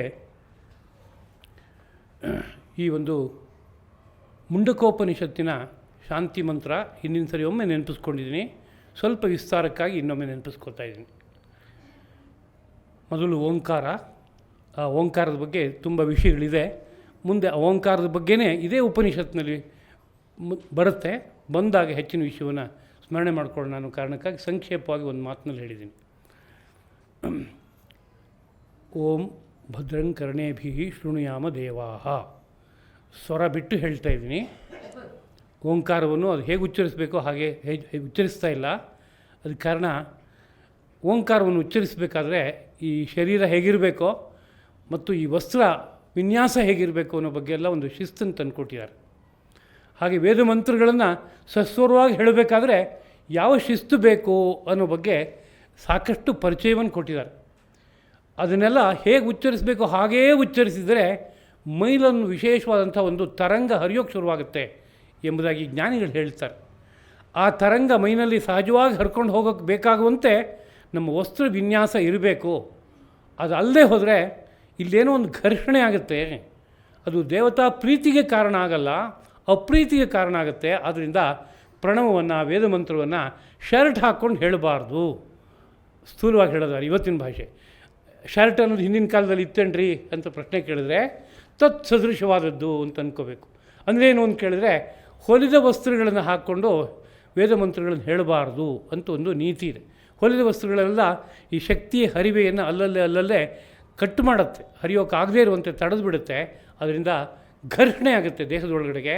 ಅದು ಅನುಕೂಲ ಪರಿಣಾಮವನ್ನು ಉಂಟು ಮಾಡೋಲ್ಲ ಅನ್ನೋ ಕಾರಣಕ್ಕಾಗಿ ವೇದ ಮಂತ್ರಗಳನ್ನು ಹೇಳಬೇಕಾದ್ರೆ ಹೀಗೇ ಇರಬೇಕು ಅಂತ ನಿಯಮ ಇದೆ. ಅದರ ಬಗ್ಗೆ ಒಂದಷ್ಟು ಪರಿಚಯವನ್ನು ನಮ್ಮ ವಿಶೇಷವಾದಂಥ ಗುರು ಮಹಾರಾಜರು ಪ್ರಯೋಗಬದ್ಧವಾಗಿ ತೋರಿಸಿರೋ ಕಾರಣದಿಂದಾಗಿ ಆ ಜಾಗದಲ್ಲಿ ದಾರಿ ತಪ್ಪಿ ಹೋಗೋದು ಬೇಡ ಅನ್ನೋ ಕಾರಣಕ್ಕಾಗಿ ನಾನು ಇಲ್ಲಿ ಪ್ರಣವನ್ನಾಗಲಿ ವೇದಮಂತ್ರಗಳನ್ನಾಗಲಿ ಸಸ್ವರವಾಗಿ ಹೇಳ್ತಾ ಇಲ್ಲ. ಅದರ ಅಭಿಪ್ರಾಯವನ್ನು ಮಾತ್ರ ಮನಸ್ಸಿಗೆ ತೊಳೋದಕ್ಕೆ ಬೇಕಾಗುವಂತೆ ಹೇಳ್ತಾ ಇದ್ದೀನಿ. ಭದ್ರಂ ಕರ್ಣೇಭಿಃ ಶೃಣುಯಾಮ ದೇವಾಃ. ದೇವಾಃ ಅಂದರೆ ಎಲೆ ಇಂದ್ರಾದಿ ದೇವತೆಗಳೇ. ಕರ್ಣೇಭಿಃ ನಮ್ಮ ಕಿವಿಗಳಿಂದ, ಭದ್ರಂ ಮಂಗಳಪ್ರದವಾದ ಸಮಾಚಾರವನ್ನು, ಅಂದರೆ ವೇದಾರ್ಥ, ಉಪನಿಷದರ್ಥ, ರಾಮಾಯಣ ಮಹಾಭಾರತಾದಿ ಸದ್ಗ್ರಂಥ ಅರ್ಥ ಇವುಗಳನ್ನು ಶೃಣುಯಾಮ ಕೇಳೋಣ ಅಂತ. ಇಲ್ಲಿ ಇಂದ್ರಾದಿ ದೇವತೆಗಳೇ, ನಮ್ಮ ಮನೋಬುದ್ಧಿಗಳು ಹೀಗಾಗಲಿ, ಅನುದಿನವೂ ನಾವು ನಮ್ಮ ಕಿವಿಗಳಿಂದ ಸದ್ವಿಚಾರವನ್ನು ಕೇಳುವಂತೆ ಆಗಬೇಕು ಅಂತ. ಸದ್ದಿನ ವಿಚಾರ ಅಲ್ಲ. ಸದ್ದು ಮಾಡ್ತಾಯಿದ್ದೀರಿ, ಸುಮ್ಮನೆ ಕೂತ್ಕೊಳ್ರಿ, ಅದ್ರ ಬಗ್ಗೆ ನಾವು ಈಗ ಚಿಂತನೆ ಮಾಡ್ತಾಯಿದ್ದೀವಿ, ಈ ಸದ್ದೇನು ಆ ಸದ್ದೇನು ಅಂತ. ಆ ವಿಷಯ ಅಲ್ಲ ಇಲ್ಲಿ. ಸತ್ ವಿಚಾರ. ಯಾವುದು ಸತ್ ವಿಚಾರ ಅಂದರೆ, ಜೀವನಕ್ಕೆ ಪರಮಲಕ್ಷ್ಯವಾದ ಯಾವ ಬೆಳಕಿದೆಯೋ, ಪರಮಾತ್ಮ ಇದ್ದಾನೋ, ಅತ್ತ ಸಾಗೋದಕ್ಕೆ ಬೇಕಾಗುವ ತಿಳುವಳಿಕೆ. ಆ ಬೆಳಕು ಮೈತುಂಬ ತುಂಬಿಕೊಂಡ್ರೆ ಯಾವ್ಯಾವ ರೀತಿಯಾದಂಥ ಲಕ್ಷಣಗಳೆಲ್ಲ ಹುಟ್ಟುತ್ತೆ, ಲಾಭಗಳು ಏನಾಗುತ್ತೆ ಅನ್ನೋ ಬಗ್ಗೆ ತಿಳುವಳಿಕೆ. ಇವುಗಳನ್ನು ವಿಶೇಷವಾಗಿ ಸತ್ ವಿಚಾರ, ಸದ್ವಿಚಾರ ಅನ್ನೋ ಶಬ್ದದಲ್ಲಿ ಕರೀತಾರೆ. ಅಂಥ ಸದ್ವಿಚಾರಗಳನ್ನು ಸದಾ ಕೇಳುವಂತೆ ಆಗಲಿ ಎಂಬುದಾಗಿ ಇಂದ್ರನಲ್ಲಿ ಕೇಳ್ಕೊಳ್ತಾ ಇರುವಂಥ ಒಂದು ವಿಚಾರ. ಭದ್ರಂ ಪಶ್ಯೇಮ್ ಆಕ್ಷಿಭಿರ್ಯಜತ್ರಾಹ. ಯಜತ್ರಾಹ ವೇದಾಧ್ಯಯನ ಹಾಗೂ ಯಜ್ಞ ಯಾಗಾದಿಗಳನ್ನು ಮಾಡ್ತಾ ಇರೋದ್ರಿಂದ ಭದ್ರಂ ಮಂಗಳವನ್ನೇ ಅಕ್ಷಭೀ ಕಣ್ಣುಗಳಿಂದ ಪಶ್ಯೇಮ ನೋಡುವಂತೆ ಆಗಲಿ ಅಂತ ಅರ್ಥ. ಅಂದರೆ ಜೀವನದಲ್ಲಿ ವೇದಾಧ್ಯಯನ ಅದಲ್ಲದೆ ಹೋದರೂ ವೇದಾರ್ಥ ನಾನಾ ರೀತಿಯಲ್ಲಿ ವಿಸ್ತಾರವಾಗಿರುತ್ತೆ. ಪುರಾಣ, ಇತಿಹಾಸ, ಕಾವ್ಯ ಮೊದಲಾದ ರೂಪಗಳಲ್ಲಿ ಭಾರತ ಮಹರ್ಷಿಗಳು ವಿಸ್ತಾರಗೊಳಿಸ್ಕೊಟ್ಟಿದ್ದಾರೆ. ಅದಕ್ಕೆ ಬೇಕಾದ ನೀತಿಯನ್ನು ಹಾಕ್ಕೊಟ್ಟಿದ್ದಾರೆ. ಆ ಹಿನ್ನೆಲೆಯಲ್ಲಿ ಬೆಳೆದಿರುವಂತಹ ಆರ್ಷ ಸಾಹಿತ್ಯ ಒಂದು ಪದದಲ್ಲಿ ಹೇಳ್ಬೋದು. ಅದನ್ನು ಅನುಸಂಧಾನ ಮಾಡ್ತಾ ಹೋದಾಗ ಅದೇ ರೀತಿಯಲ್ಲಿ ಆ ಆರ್ಷ ಸಾಹಿತ್ಯದಲ್ಲಿ ಬಂದಿರುವ ನಾನಾ ಪ್ರಯೋಗಗಳನ್ನು, ಅವೆಲ್ಲವೂ ಯಜ್ಞವೇ. ಅಗ್ನಿಯನ್ನು ಸ್ಥಾಪನೆ ಮಾಡಿ ಅಲ್ಲೇನೋ ಒಂದು ಹವಿಸ್ಸನ್ನು ಹಾಕಿದ್ರೆ ಸ್ವಾಹ ಅಂತ ಹೇಳಿದರೆ ಅದು ಯಜ್ಞ ಅಂತ ಅಂದ್ಕೋಬಾರ್ದು. ಭಗವದ್ಗೀತೆ ಏನು ಹೇಳುತ್ತೆ? ಯಜ್ಞ ಅಂದರೆ ಯಾವ ಕಾರ್ಯವನ್ನು ಮಾಡಿದಾಗ ನಮ್ಮ ಮೈಯಲ್ಲಿರುವ ಈ ಪ್ರಕೃತಿ ಮಂಡಲದಲ್ಲಿರುವ ದೇವತೆಗಳಿಗೆ ಪ್ರಸನ್ನತೆ ಉಂಟಾಗುತ್ತದೆಯೋ, ಅವರು ಸಂತೋಷ ಪಡುತ್ತಾರೋ, ಅದೆಲ್ಲವೂ ಯಜ್ಞ. ವಾಗ್ಯಜ್ಞ. ಮಾತನಾಡುವಾಗ ನನ್ನೊಳಗಡೆ ಇರೋ ದೇವತೆ ಪ್ರಸನ್ನವಾಗಬೇಕು, ನನ್ನ ಸುತ್ತಮುತ್ತಲಿರುವ ದೇವತೆಗಳೆಲ್ಲ ಪ್ರಸನ್ನವಾಗಬೇಕು. ಅವ್ರ ಮನಸ್ಸಿನಲ್ಲಿ ದೇವತೆ ಇದೆ, ಇವ್ರ ದೇಹದಲ್ಲಿ ದೇವತೆಗಳಿದೆ, ಅವರೆಲ್ಲರಿಗೂ ಪ್ರಸನ್ನತೆ ಬರಬೇಕು. ಹಾಗೆ ಒಂದು ಮಾತನಾಡುವ ಕಲೆ ಇರೋದಾದರೆ ಅದಕ್ಕೆ ವಾಗ್ಯಜ್ಞ ಅಂತ ಕರೀತಾರೆ. ಇದೇ ರೀತಿಯಲ್ಲಿ ಪಾಕಯಜ್ಞ ಅಂತ ಕರೆಯೋದುಂಟು. ಅಡುಗೆ ಮಾಡಿದ್ರೆ ಹೇಗಿರಬೇಕು ಅಡುಗೆ? ನಾಲಿಗೆಗೆ ತುಂಬ ಟೇಸ್ಟಿಯಾಗಿದ್ರಿ ಬಿಡ್ರಿ. ಅಂದರೆ ನಮಗೆ ನಮ್ಮ ನಾಲಿಗೆ ಯಾವ್ಯಾವುದೋ ಟೇಸ್ಟನ್ನು ವಿಶೇಷವಾಗಿ ಮಾನ್ಯ ಮಾಡಿ ಅದಕ್ಕೆ ಅದು ಇದು ಅಂತೇನಿಲ್ಲ, ತುಂಬ ಚೆನ್ನಾಗಿದೆ ಅಂತ ಅನಿಸುತ್ತೆ ಅಭ್ಯಾಸ ಬಲದ ಮೇಲೆ. ಅದಲ್ಲ, ನಿಜವಾಗ್ಲೂ ನನ್ನ ಮೈ ಏನದು, ಮನಸ್ಸೇನದು, ನನ್ನ ಕರ್ತವ್ಯವೇನು, ಜೀವನದಲ್ಲಿ ಏನು ಸಾಧನೆ ಮಾಡೋಕ್ಕೆ ಹೊರಟಿದ್ದೀನಿ, ಇದಕ್ಕೆ ಪೂರ್ಣ ಪೋಷಣೆ ಮಾಡುವಂಥ ಆಹಾರ ವಸ್ತು ಯಾವುದೋ ಅದೇ ನಿಜವಾದ ಆಹಾರ. ಆ ಆಹಾರವನ್ನು ತಯಾರು ಮಾಡೋ ವಿದ್ಯೆಯನ್ನು ಪಾಕವಿದ್ಯೆ ಎಂಬುದಾಗಿ ಕರೆದಿದ್ದಾರೆ. ಪಾಕವಿದ್ಯೆ ಅನ್ನೋದು 64 ವಿದ್ಯೆಗಳದ್ದು ಒಂದು ವಿದ್ಯೆ. ಆ ವಿದ್ಯೆಯ ಲಕ್ಷ್ಯ ಏನು ಅಂತ ಕೇಳಿದ್ರೆ ಆತ್ಮ ಸಾಕ್ಷಾತ್ಕಾರವೇ ಪರಮ ಲಕ್ಷ್ಯ. ಅದಕ್ಕೆ ಅಡುಗೆ ಸರಿಯಾಗಿ ಮಾಡೋಕ್ಕೆ ಗೊತ್ತಿದ್ದರೆ ಅಲ್ಲಿವರೆಗೆ ಕರ್ಕೊಂಡೋಗಿ ತಲುಪಿಸ್ಬಿಡ್ಬೋದು. ಊಟ ಮಾಡಿಸ್ತಾನೆ ಬ್ರಹ್ಮ ಸಾಕ್ಷಾತ್ಕಾರದವರೆಗೂ ಕರ್ಕೊಂಡೋಗಿ ತಲುಪಿಸ್ಬೋದು. ನಾನು ಎಲ್ಲೋ ಒಂದು ಕಡೆಯಲ್ಲಿ 1 ತಿಂಗಳು ಬಿಹಾರದಲ್ಲಿದ್ದೆ, ಗಂಗಾ ನದಿ ತೀರದಲ್ಲಿ. ಯಾವುದೋ ವಿದ್ಯಾನುಸಂಧಾನ ಮಾಡೋದಕ್ಕೇನೋ ಇದರಲ್ಲಿ ಹೋದಾಗ ಅಲ್ಲೊಬ್ಬರು ಆ ದೇಶದ ಹಳೆಯ ವ್ಯಕ್ತಿಗಳು ಪಾಕವಿದ್ಯೆ ಬಗ್ಗೆ ಮಾತಾಡ್ತಾಯಿದ್ರು.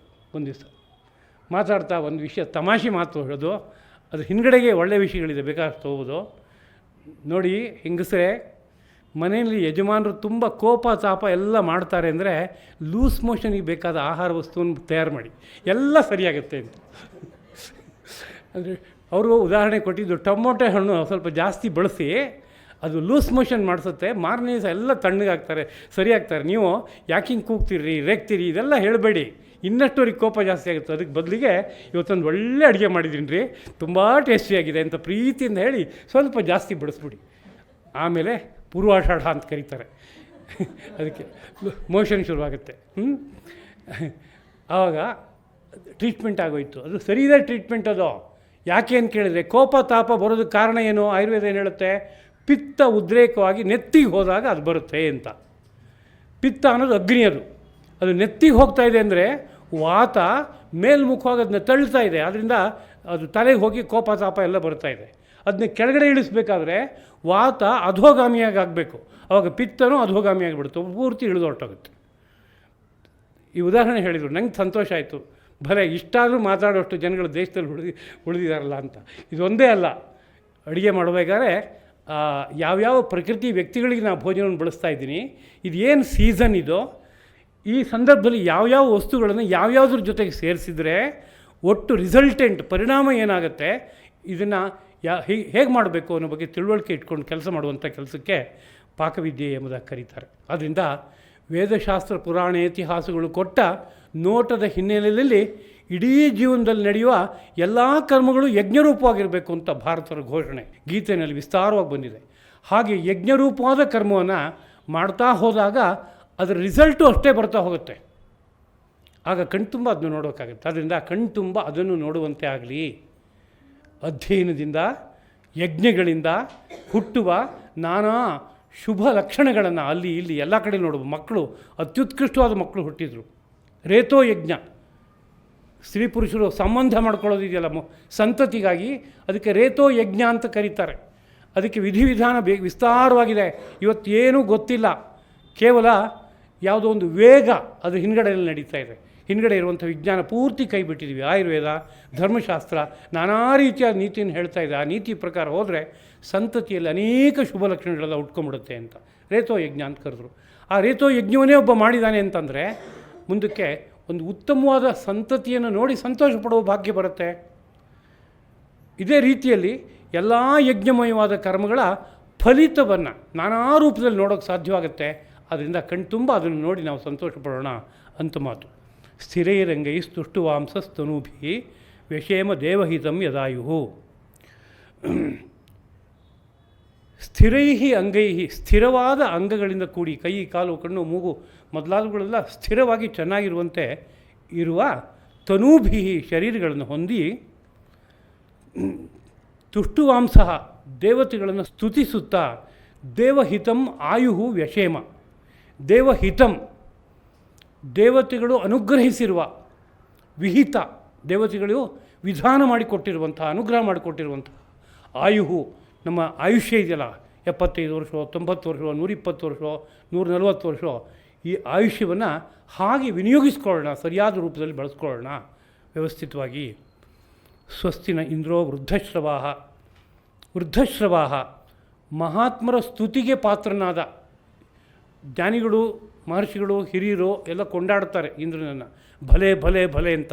ಯಾಕೆಂದರೆ ಧರ್ಮಸ್ಥಾಪನೆಗಾಗಿ ಅಂಥ ನಾನಾ ಉಪಾಯಗಳನ್ನು ಮಾಡ್ತಾನೆ. ಶೌರ್ಯ ಪ್ರತಾಪ ಎಲ್ಲವನ್ನೂ ತೋರಿಸ್ತಾನೆ. ಆತ್ಮತ್ಯಾಗಕ್ಕೆ ಸಿದ್ಧವಾಗಿ ನಿಂತ್ಕೋತಾನೆ. ಅದನ್ನು ನೋಡಿದಂತಹ ಮಹಾತ್ಮರು ಭಲೆ ಅಂತ ಇಂದ್ರನನ್ನು ಮೆಚ್ಚುತ್ತಾರೆ. ಹಾಗೆ ಸ್ತುತಿಗೆ ಪಾತ್ರನಾಗಿರುವಂತಹ ಇಂದ್ರನು ಸ್ವಸ್ತಿ ಮಂಗಳವನ್ನು ಉಂಟು ಮಾಡಲಿ. ಪೂಷಾ ವಿಶ್ವವೇದ, ಎಲ್ಲರಿಂದಲೂ ತಿಳಿಯಲ್ಪಡುವಂತಹ ಪೂಷಾ ಎಂಬ ಸೂರ್ಯನು ನಮಗೆ ಸ್ವಸ್ತಿ ಮಂಗಳವನ್ನು ಉಂಟು ಮಾಡಲಿ. ಸ್ವಸ್ತಿನ ತಾರ್ಕ್ಷ್ಯ ಅರಿಷ್ಟನೇಮಿ, ಅರಿಷ್ಟನೇಮಿಯಾದ ತಾರ್ಕ್ಷ್ಯನು ಗರುಡನು ಸ್ವಸ್ತಿ ಮಂಗಳವನ್ನು ಉಂಟು ಮಾಡಲಿ ಅಂತ. ಅರಿಷ್ಟನೇಮಿಹಿ ಅನ್ನೋದಕ್ಕೆ, ನೇಮಿಹಿ ಅನ್ನೋದಕ್ಕೆ ನಯತಿ ಇತಿ ನೇಮಿ ಅಂತ ಅದಕ್ಕೆ ಆ ಪದಕ್ಕೆ ವಿವರಣೆ. ಅರಿಷ್ಟ ಅಂದರೆ ಎರಡರ್ಥ ಇದೆ, ಶುಭ ಅಶುಭ ಅಂತ ಎರಡೂ ಇದೆ. ಅದರಿಂದ ಅರಿಷ್ಟಾತ್ ನಯತಿ, ಅಶುಭದಿಂದ ದೂರ ಕರ್ಕೊಂಡು ಹೋಗ್ತಾನೆ. ಅರಿಷ್ಟಂ ಪ್ರತಿ ನಯತಿ, ಶುಭದ ಕಡೆಗೆ ಕರ್ಕೊಂಡು ಹೋಗ್ತಾನೆ. ಈ ಕಾರ್ಯ ಮಾಡುವಂಥ ವ್ಯಕ್ತಿಗೆ ಅರಿಷ್ಟನೇಮಿಹಿ ಎಂಬುದಾಗಿ ಹೆಸರು. ಅರಿಷ್ಟನೇಮಿಯಾಗಿರುವಂಥ ತಾರ್ಕ್ಷ್ಯನು ನಮಗೆ ಸ್ವಸ್ತಿಯನ್ನು ಉಂಟು ಮಾಡಲಿ. ತಾರ್ಕ್ಷ್ಯ ಅಂದರೆ ಗರುಡನು ನಮಗೆ ಸ್ವಸ್ತಿಯನ್ನು ಉಂಟು ಮಾಡಲಿ. ಸ್ವಸ್ತಿನೋ ಬೃಹಸ್ಪತಿರು ದಧಾತು. ಅದೇ ರೀತಿಯಲ್ಲಿ ಬೃಹಸ್ಪತಿ ಗುರು ದೇವತೆಗಳ ಆಚಾರ್ಯನಾದಂಥ ಬೃಹಸ್ಪತ್ಯಾಚಾರ್ಯರು ಮಂಗಳವನ್ನು ನಮಗೆ ಉಂಟು ಮಾಡಿಕೊಡಲಿ ಎಂಬುದಾಗಿ ಆ ಒಂದು ವೇದ ಮಂತ್ರದ ಸಾರಿಷ್ಠವಾದ ಭಾಗ. ಇಲ್ಲಿ ಪ್ರಧಾನವಾಗಿ ಸ್ತುತಿಸಲ್ಪಡ್ತಾ ಇರುವ ದೇವತೆಗಳು ಯಾರು ಅಂತ ಗಮನಿಸಬೇಕು. ಒಂದು ಇಂದ್ರನನ್ನು ಯಾಕೆ ಸ್ತುತಿಸ್ತಾ ಇದ್ದಾರೆ ಅಂತ ಕೇಳಿದರೆ, ಕ್ಷತ್ರವಿದ್ಯೆ ಪ್ರಧಾನವಾಗಿ ಇಲ್ಲಿ ವಿಸ್ತಾರ ಆಗ್ತಾ ಇದೆ. ಆ ಕ್ಷತ್ರವಿದ್ಯೆ ಪ್ರಧಾನವಾಗಿ ಇಂದ್ರ ಉಪಾಸನೆ ಮಾಡುವಂಥ ವಿದ್ಯೆ. ಇಂದ್ರನ ಅನುಗ್ರಹ ಬಂದರೆ ಕ್ಷತ್ರವಿದ್ಯೆ ವಿಸ್ತಾರವಾಗುತ್ತೆ. ಲೋಕದಲ್ಲಿ ಒಬ್ಬ ರಾಜ ಇದ್ದ ಅಂದರೆ ಅವನು ಇಂದ್ರ ಯಮ ವರುಣ ಸ್ಥಾನೀಯ ಅಂತ ಅವನು ಕೊಂಡಾಡ್ತಾರೆ. ಇಂದ್ರ ಸ್ಥಾನದಲ್ಲಿರುವನೋ, ಯಮನ ಸ್ಥಾನದಲ್ಲಿರೋನೋ, ವರುಣ ಸ್ಥಾನದಲ್ಲಿರೋನೋ ಅಂತ ಕೊಂಡಾಡ್ತಾರೆ. ಆದ್ದರಿಂದ ಇಂದ್ರನ ಅನೇಕ ಸಾಮರ್ಥ್ಯಗಳು ಒಬ್ಬ ರಾಜನಲ್ಲಿ ಬರಬೇಕು ಅಂತ ಅಪೇಕ್ಷೆ ಪಡಬೇಕಾದ ಭಾಗ ಇದೆ. ಹಾಗಿರೋದ್ರಿಂದ ಒಳಗಡೆ ಇರುವ ವೇದ ಮಂತ್ರಗಳು ಆ ಕ್ಷಾತ್ರ ಧರ್ಮವನ್ನು ವಿಶೇಷವಾಗಿ ವಿಸ್ತರಿಸ್ತಾ ಇರೋದ್ರಿಂದ ಅದಕ್ಕೆ ಅಧಿಪತಿಯಾಗಿರುವಂಥ ಇಂದ್ರನನ್ನು ಇಲ್ಲಿ ಪ್ರಧಾನವಾಗಿ ಸ್ವಸ್ತಿಯನ್ನು ಉಂಟು ಮಾಡಿಕೊಡು ಅಂತ ಕೇಳ್ತಾ ಇರೋ ವಿಷಯ ಇದೆ. ಹಾಗೆ ಎರಡನೇದು ಸೂರ್ಯನನ್ನು ಪೂಷ ಅನ್ನೋ ಹೆಸರಲ್ಲಿ ಕರೆದು ಅವನು ನನಗೆ ಮಂಗಳವನ್ನು ಉಂಟು ಮಾಡಲಿ ಅಂತ ಕೇಳ್ತಾ ಇದ್ದಾರೆ. ಆರೋಗ್ಯಂ ಭಾಸ್ಕರಾದ ಇಚ್ಛೆಯತ್ ಅಂತ ಸೂತ್ರ. ಆ ಸೂರ್ಯನನ್ನು ವಿಶೇಷವಾಗಿ ಕೊಂಡಾಡೋ ಕಾರಣ ಇಲ್ಲಿ ಉತ್ತಮ ಆರೋಗ್ಯವನ್ನು ಪಡೆಯೋದಕ್ಕೆ ಬೇಕಾಗುವ ಆಯುರ್ವೇದ ವಿದ್ಯೆಯ ನಿರೂಪಣೆ ಬರುತ್ತೆ. ಅದಕ್ಕೆ ಸೂತ್ರ ಪ್ರಾಯವಾದ ವಿಷಯಗಳೆಲ್ಲ ಬರುತ್ತೆ. ಮೂಲ ಅಲ್ಲಿದೆ. ಆದ್ದರಿಂದ ಅದಕ್ಕೆ ಅಧಿದೇವತೆ ಯಾರಪ್ಪ ಅಂದರೆ ಸೂರ್ಯ. ಆದ್ದರಿಂದ ಆ ಸೂರ್ಯನನ್ನು ಸ್ವಸ್ತಿ ಮಂಗಳವನ್ನು ಉಂಟು ಮಾಡಪ್ಪ ಅಂತ ಕೇಳಿಕೊಂಡು ಆಮೇಲೆ ವಿದ್ಯೆಯನ್ನು ಉಪಾಸನೆ ಮಾಡುತ್ತಾ ಹೋಗೋದು ಮುಂದಕ್ಕೆ ತಾರ್ಕ್ಷ್ಯ ಗರುಡನನ್ನು ಸ್ವಸ್ತಿ ಮಂಗಳವನ್ನು ಉಂಟು ಮಾಡಪ್ಪ ಅಂತ ಅವನ್ಯಾತಕ್ಕಪ್ಪ ಕೇಳೋಕ್ಕೋಬೇಕು. ಅವನೊಂದು ಬರುಡು ಈಗಲ್ ಇದ್ದಾಗೆ ಅಲ್ವಾ. ಯಾರೋ ಒಬ್ಬರು ಈಗಲ್ನ ದೊಡ್ಡದು ಅಂತ ಭಾವಿಸ್ತಾರೆ, ಯಾರೋ ಒಬ್ಬರು ಗರುಡನ್ನು ದೊಡ್ಡದು ಅಂತ ಅನ್ನಿಸ್ತಾರೆ. ಅವರವ್ರ ಇಮೋಷನಲ್ ಅಟ್ಯಾಚ್ಮೆಂಟು ಯಾವುದ್ರ ಬಗ್ಗೆ ಹೇಗಿದೆಯೋ ಅದು ಅಲ್ವಾ. ಪ್ರಪಂಚ ಎಲ್ಲ ನೋಡಿದ್ರೆ ಈಗಲ್ನು ಗೌರವಿಸ್ತಾರಲ್ವಾ, ಗೌರವಿಸ್ತಾರೆ. ಹಾಗಿರುವಾಗ ಏನು ಹಿಡಿತಾನ ಅಂತ ನಮ್ಗೆ ಇಷ್ಟೇ ತೋರುತ್ತೆ. ಆದರೆ ಆ ಗರುಡ ಅನ್ನೋ ರೀತಿಯಾದಂಥ ಪ್ರಾಣಿಗೆ ಮೈನಲ್ಲಿ ಒಂದು ವೈಶಿಷ್ಟ್ಯ ಇದೆ. ಅದು ಯಾವುದ್ರ ವೈಶಿಷ್ಟ್ಯ ಇದೆ ಅಂದರೆ ವಿಷ್ಣುವಿನ ವಾಹನವಾದ ಗರುಡ ಇದಾನಲ್ಲ, ಅವನದು ಯಾವುದೋ ಲಕ್ಷಣ ಅದರಲ್ಲಿದೆ. ಸ್ವಲ್ಪ ಸರ್ಪ ಅಂತ ನಾವು ನೋಡ್ತಿದ್ವಿ. ಆ ಸರ್ಪ ಹೊರಗಡೆಯಿಂದ ನೋಡುವಾಗ ಒಂದು ಜಂತು ಅಂತ ಅನಿಸುತ್ತೆ. ಆದರೆ ಭಾರತ ಮಹರ್ಷಿಗಳು ಹೇಗೆ ನೋಡಿದ್ರು ಅಂದರೆ ನಾರಾಯಣನ ಶೈಯಿಯಾಗಿರುವಂಥ ಯಾವ ಸರ್ಪ ಇದೆಯೋ ಅದರದ್ದು ಕೆಲವು ಲಕ್ಷಣ ಇದರಲ್ಲಿದೆ, ಕೆಲವು ಧರ್ಮ ಇದರಲ್ಲಿದೆ. ಆದ್ದರಿಂದ ಇದನ್ನು ಪೂಜ್ಯತೆಯಿಂದ ನೋಡಿ, ಗೌರವದಿಂದ ನೋಡಿ ಎಂಬುದಾಗಿ ಹೇಳಿದರು ದೇಶದಲ್ಲಿ. ಇದನ್ನೆಲ್ಲ ತುಂಬ ತಪ್ಪು ವ್ಯಾಖ್ಯಾನಗಳನ್ನು ಮಾಡಿಬಿಟ್ಟಿದ್ದಾರೆ ವಿದೇಶದವರು. ಭಾರತ ದೇಶದ ಸಂಸ್ಕೃತಿ ಬಗ್ಗೆ ತಮ್ಮ ಪ್ರತಾಪ ಶೌರ್ಯ ಎಲ್ಲ ತೋರಿಸ್ಬೇಕು ಅನ್ನೋ ಕಾರಣಕ್ಕೆ ಒಳಗಡೆ ಪ್ರವೇಶ ಮಾಡಿ ತೋರಿದ್ದನ್ನೆಲ್ಲ ವಿಮರ್ಶೆ ಮಾಡಿ ಇಟ್ಬಿಟ್ಟಿದ್ದಾರೆ ಪೂರ್ತಿಯಾಗಿ. ತಲೆ ಕೆಡಿಸೋ ಕೆಲಸನ ದೊಡ್ಡ ಮಟ್ಟಕ್ಕೆ ಮಾಡಿದ್ದಾರೆ, ಮಾಡ್ತಾ ಇದ್ದಾರೆ ಅಂತ ಕೇಳ್ತೀವಿ. ಅಂಥ ಪರಿಸ್ಥಿತಿ ಇವತ್ತು. ಹಾಗೆ ಆ ತಾರ್ಕ್ಷ್ಯನನ್ನು ಯಾಕೆ ಸ್ತುತಿ ಮಾಡ್ತಾ ಇರೋದು ಅಂತ ಕೇಳಿದ್ರೆ, ಗರುಡ ಅನ್ನೋ ದೇವತೆ ಪ್ರಧಾನವಾಗಿ ವೇದ ಮಂತ್ರಗಳನ್ನು ಪ್ರತಿನಿಧಿಸುವಂಥ ದೇವತೆ. ವೇದ ಮಂತ್ರಗಳು ಅಂತೇನಿದೆ ಅವೆಲ್ಲ ಸಂಚರಿಸುವ ಶಕ್ತಿಗಳದು. ಆ ಸಂಚರಿಸುವ ಶಕ್ತಿಗಳು ಯೋಗ ದೃಷ್ಟಿಯಿಂದ ನೋಡಿದಾಗ ಯಾವುದೋ ಒಂದು ಹಂತದಲ್ಲಿ ಗರುಡ ರೂಪವಾಗಿ ಗೋಚರವಾಗುತ್ತೆ ಅದು. ಅದರಿಂದ ಗರುಡ ಅಂತ ಅನ್ನೋದು ಇಲ್ಲಿ ಶಬ್ದಾತ್ಮಕವಾಗಿ ಇರುವಂತಹ ಧ್ವನಿ ರೂಪದಲ್ಲಿರುವಂತಹ ನಾನಾ ಮಂತ್ರಗಳನ್ನು ಪ್ರತಿನಿಧಿಸುವಂಥ ಒಂದು ದೇವತಾ ಶಕ್ತಿ. ಈ ಅಥರ್ವವೇದದಲ್ಲಿ ನಾನಾ ಮಂತ್ರಗಳ ವಿನಿಯೋಗವನ್ನು ಹೇಳ್ತಾರೆ. ವಿಶೇಷವಾಗಿ ಜ್ವರಕ್ಕೆ ಮಂತ್ರ ಇದೆ. ಇದನ್ನ ಹೇಳಿದ ಮಾಡ್ರನ್ ಸೈನ್ಸ್ನವ್ರು ಮುಗೀತಾರೆ ಅಲ್ವಾ. ಹೇಳಬೇಡಿ, ಎಲ್ಲೂ ಗುಟ್ಟಾಗಿ ಇಟ್ಕೊಳ್ಳಿ. ಆದರೆ ಎಕ್ಸ್ಪೆರಿಮೆಂಟಲ್ಲಾಗಿ ಮಾಡಿ ನೋಡಿ, ಸಕ್ಸಸ್ ರೇಟು ತುಂಬ ಇದೆ. ಚೆನ್ನಾಗಿ ಮಾಡಿದ್ರೆ, ವ್ಯವಸ್ಥಿತವಾಗಿ ಮಾಡಿದ್ರೆ, ಅದಕ್ಕೆ ಬೇಕಾದ ಡಿಸಿಪ್ಲಿನ್ ಇದ್ದರೆ. ಮಾಡ್ರನ್ದಷ್ಟು ಏನ್ಷಿಯಂಟಷ್ಟು ಸೇರಿಸಿರಾಗಲ್ಲ. ಮಾಡ್ರನ್ನಲ್ಲಿ ನೀವು ಏನು ಬೇಕಾದ್ರೂ ತಿನ್ಬೋದ್ರಿ. ಈ ಟ್ಯಾಬ್ಲೆಟ್ ಒಂದು ಕ್ಯಾಪ್ಸೂಲ್ ಒಂದು ತಿಂದುಬಿಟ್ರೆ ಸಾಕು. ನೀವು ಮೊಸರು ತಿನ್ನಬೇಕಾ, ಜ್ವರ ಬಂದಿದೆ ನಿಮ್ಗೆ, ಶೀತ ಜ್ವರ, ಮೊಸರು ಬೇಕಾದ್ರೂ ತಿನ್ನಿ, ಹಣ್ಣು ಬೇಕಾದ್ರೂ ತಿನ್ನಿ, ಕರೆದು ತಿಂಡಿ ಬೇಕಾದ್ರೂ ತಿನ್ನಿ, ಟ್ಯಾಬ್ಲೆಟ್ ಮಾತ್ರ ದಿವಸಕ್ಕೆ 3 ಸರಿ ತೊಗೊಂಬಿಡಿ ಅಂತ ಹೇಳ್ತಾರೆ. ಆ ಪ್ರಿನ್ಸಿಪಲ್ನ ಇಲ್ಲಿ ತಂದಿಟ್ಕೊಂಡು ಜೊತೆಗೆ ಇಲ್ಲಿ ಯಾವುದೋ ಮಂತ್ರ ಜಪ ಮಾಡ್ತಾಯಿದ್ದೀನಿ ಅಂತ ಹೇಳಿದ್ರೆ ಇದು ಗುಣ ಆಗಲ್ಲ. ಇಲ್ಲಿ ಡಿಸಿಪ್ಲಿನ್ ಬೇರೆ ಇದೆ. ಆ ಡಿಸಿಪ್ಲಿನ್ ಜೊತೆಗೆ ಅದನ್ನ ಅನುಸಂಧಾನ ಮಾಡ್ತಾ ಹೋದರೆ ಆ ಲಾಭ ಉಂಟಾಗುತ್ತೆ ಅಂತ. ಸರ್ಪ ಕಡಿದಿದ್ದಕ್ಕೆ ಮಂತ್ರವನ್ನು ಹೇಳಿದ್ದಾರೆ. ಸರ್ಪ ಕಡಿದ್ರೆ ಔಷಧಿ ಹಾಕಬೇಕು, ಮಂತ್ರ ಹೇಳ್ತಾ ಕೂತ್ಕೊಂಡ್ರೆ ಆಗುತ್ತಾ? ಮಂತ್ರಕ್ಕೆ ಮಾವಿನಕಾಯಿ ಬೀಳುತ್ತೇನ್ರಿ ಅಂತ ಇದು ದೊಡ್ಡ ಇದು ಗಾದೆ ತರಹ ಆಗೋಗ್ಬಿಟ್ಟಿದೆ. ಕೂತ್ಕೊಂಡು ಯಾರೋ ಅಜ್ಞರ ಮಾತು ಅದನ್ನು ಗಾದೆ ಸಾಲಿಗೆ ಸೇರಿಸ್ಬಿಟ್ಟಿದ್ದಾರೆ. ಗಾದೆ ವೇದಕ್ಕೆ ಸಮಾನ ಅಂತ ಅದಕ್ಕೆ ಹಿರಿತನ. ವೇದದ ಮಾತನ್ನೇ ಸರಳವಾದ ಆಡು ಭಾಷೆಯಲ್ಲಿ ತಂದಾಗ ಗಾದೆಗಳಾಗಿದೆ. ಆದರೆ ಅದು ಜೊತೆಗೆ ಸಲ್ಲದೇ ಇರೋದು ಬೇಕಾದ್ರೆ ಸೇರ್ಕೊಂಡ್ಬಿಟ್ಟಿದೆ. ಏಕೆಂದರೆ ಮಂತ್ರದಿಂದ ಮಾವಿನಕಾಯಿ ಬೀಳುತ್ತಾ ಅಂತ. ಮಾವಿನಕಾಯಿ ಅಲ್ಲ, ಅಲ್ಲಿ ಆ ಇಂದ್ರನ ಜೊತೆಗೆ ತಕ್ಷಕನ ಮಂತ್ರ ಎಳ್ಕೊಂಡು ತೊಗೊಂಡ್ಬಿಡ್ತಂತೆ. ಯಾವುದರಲ್ಲಿ? ಸರ್ಪಯಾಗದಲ್ಲಿ. ಸೇಂದ್ರಾಯ ತಕ್ಷಕಾಯ ಸ್ವಾಹ ಅಂತ ಹೇಳಿದಾಗ ಅವನಿಗೆ ಇಂದ್ರ ಅವನಿಗೆ ಆಶ್ರಯ ಕೊಟ್ಟಿರ್ತಾನೆ ತಕ್ಷಕನಿಗೆ. ಇಂದ್ರನ ಸಮೇತವಾಗಿ ಆ ಮಂತ್ರಶಕ್ತಿ ಹಿಡ್ಕೊಂಡು ಎಳ್ಕೊಂಡು ಕರ್ಕೊಂಬರುತ್ತೆ ಅಂಥ ಪರಿಸ್ಥಿತಿ. ಹೀಗಿರುವಾಗ ಮಾವಿನ ಹಣ್ಣು ಬೀಳಲ್ವೇ ಹಾಗಾರೆ? ದೇವರೇ, ಇದೊಂದು ಗಾದೆನ ಇದು? ಇಂಥ ಮಾತೆಲ್ಲ ಜೊತೆ ಹುಟ್ಟಾಕಿಸಿ ಒಳ್ಳೆಯದ್ರ ಸ್ಥಾನಮಾನ ಎಲ್ಲ ಹಾಳು ಮಾಡೋ ಕೆಲಸ ಮಾಡಿಟ್ಬಿಟ್ರು. ತಿಳುವಳಿಕೆ ಇಲ್ಲದೆ ಇದ್ದವರು. ಅದರಿಂದ ತಾರ್ಕ್ಷ್ಯ ಅನ್ನೋನು ನಾನಾ ಮಂತ್ರಶಕ್ತಿಗಳ ಅನುಗ್ರಹವನ್ನು ಮಾಡೋದಕ್ಕೆ ನಿಂತಿರುವಂಥ, ಅದರಲ್ಲೂ ಕೂಡ ರಾಜಸ ತಾಮಸ ಶಕ್ತಿಗಳನ್ನೂ ಸಹ ಅನುಗ್ರಹ ಮಾಡೋದಕ್ಕೆ ನಿಂತಿರುವಂಥ ದೇವತೆ. ಅಂಥ ನಾನಾ ರಾಜಸ ತಾಮಸ ಮಂತ್ರಗಳದಿದೆ. ಆ ಮಂತ್ರಗಳ ಉಪಾಸನೆ ದೇಶದಲ್ಲಿ ಇತ್ತು. ಅದಕ್ಕೆ ಸಿದ್ಧಿ ಆಗಬೇಕಾದ್ರೆ ಆ ತಾರ್ಕ್ಷ್ಯನ ಅನುಗ್ರಹ ಬೇಕು. ಅದಕ್ಕೋಸ್ಕರ ಅವನು ಸ್ವಸ್ತಿ ಮಂಗಳವನ್ನು ಉಂಟು ಮಾಡಲಿ ಅಂತ ಕೊನೆಯದಾಗಿ ಬೃಹಸ್ಪತಿಯು ಸ್ವಸ್ತಿಯನ್ನು ಉಂಟು ಮಾಡಲಿ ಅಂತ. ಬೃಹಸ್ಪತಿಯ ವೈಶಿಷ್ಟ್ಯ ಏನೋ, ಬೈತೀವಿ ನಾವು, ಕುತ್ಕೊಳ್ಳೋ ದೊಡ್ಡ ಬೃಹಸ್ಪತಿ ಆಗಿಬಿಟ್ಟೆ ಅಂತ. ಆದರೆ ಈ ಪದಗಳೆಲ್ಲ ಹೆಚ್ಚು ಚಾಲ್ತಿಲಿ ಇಲ್ವೋ ಅಂತ ಇವತ್ತು. ನಮ್ಮ ಕಾಲದಲ್ಲೆಲ್ಲ ಬೈಸ್ಕೊತಾ ಇದ್ವಿ. ಹಾಗೆ ಏನೋ ಸ್ವಲ್ಪ ಜಾಸ್ತಿ ವಿಮರ್ಶೆ ಮಾಡೋಕ್ಕೆ ಹೋದರೆ ಅಪ್ಪನ ಕೈಲೋ ಅಧ್ಯಾಪಕರ ಕೈಲೋ ಕುತ್ಕೊಳ್ಳೋ ದೊಡ್ಡ ಬೃಹಸ್ಪತಿ ಆಗಿಬಿಟ್ಟೆ ನೀನು ಅಂತ ಬೈತಾರೆ. ಈಗ ಹಾಗೆಲ್ಲ ಬೈತಾರ? ಇಲ್ಲ, ದೊಡ್ಡ ಮಾಸ್ಟರ್ ಆಗಿಬಿಟ್ಟೆ ನೀನು ಅಂತ ಬೈಬೇಕು ಇವತ್ತು ಅಲ್ವಾ. ಬೃಹಸ್ಪತಿ ಯಾರವನು ಅಂತ ಕೇಳಿದ್ರೆ, ದೇವಲೋಕದ ದೇವತೆಗಳ ಆಚಾರ್ಯ, ಮಾರ್ಗದರ್ಶಕ, ಅನೇಕ ವಿದ್ಯಾರಹಸ್ಯಗಳನ್ನೆಲ್ಲ ಬಲ್ಲವನು, ಗುರು ಅಂತ ಕರೆಯಲ್ಪಡುವಂಥವನು, ಭಾರತೀಯವಾದ ಎಲ್ಲ ವಿದ್ಯೆಗಳಲ್ಲಿ ಪರಮಾದರಣೀಯ ಸ್ಥಾನದಲ್ಲಿರುವಂಥ ಒಂದು ವ್ಯಕ್ತಿತ್ವ ಅದು. ಪುರೋಹಿತ, ಅಂತಹ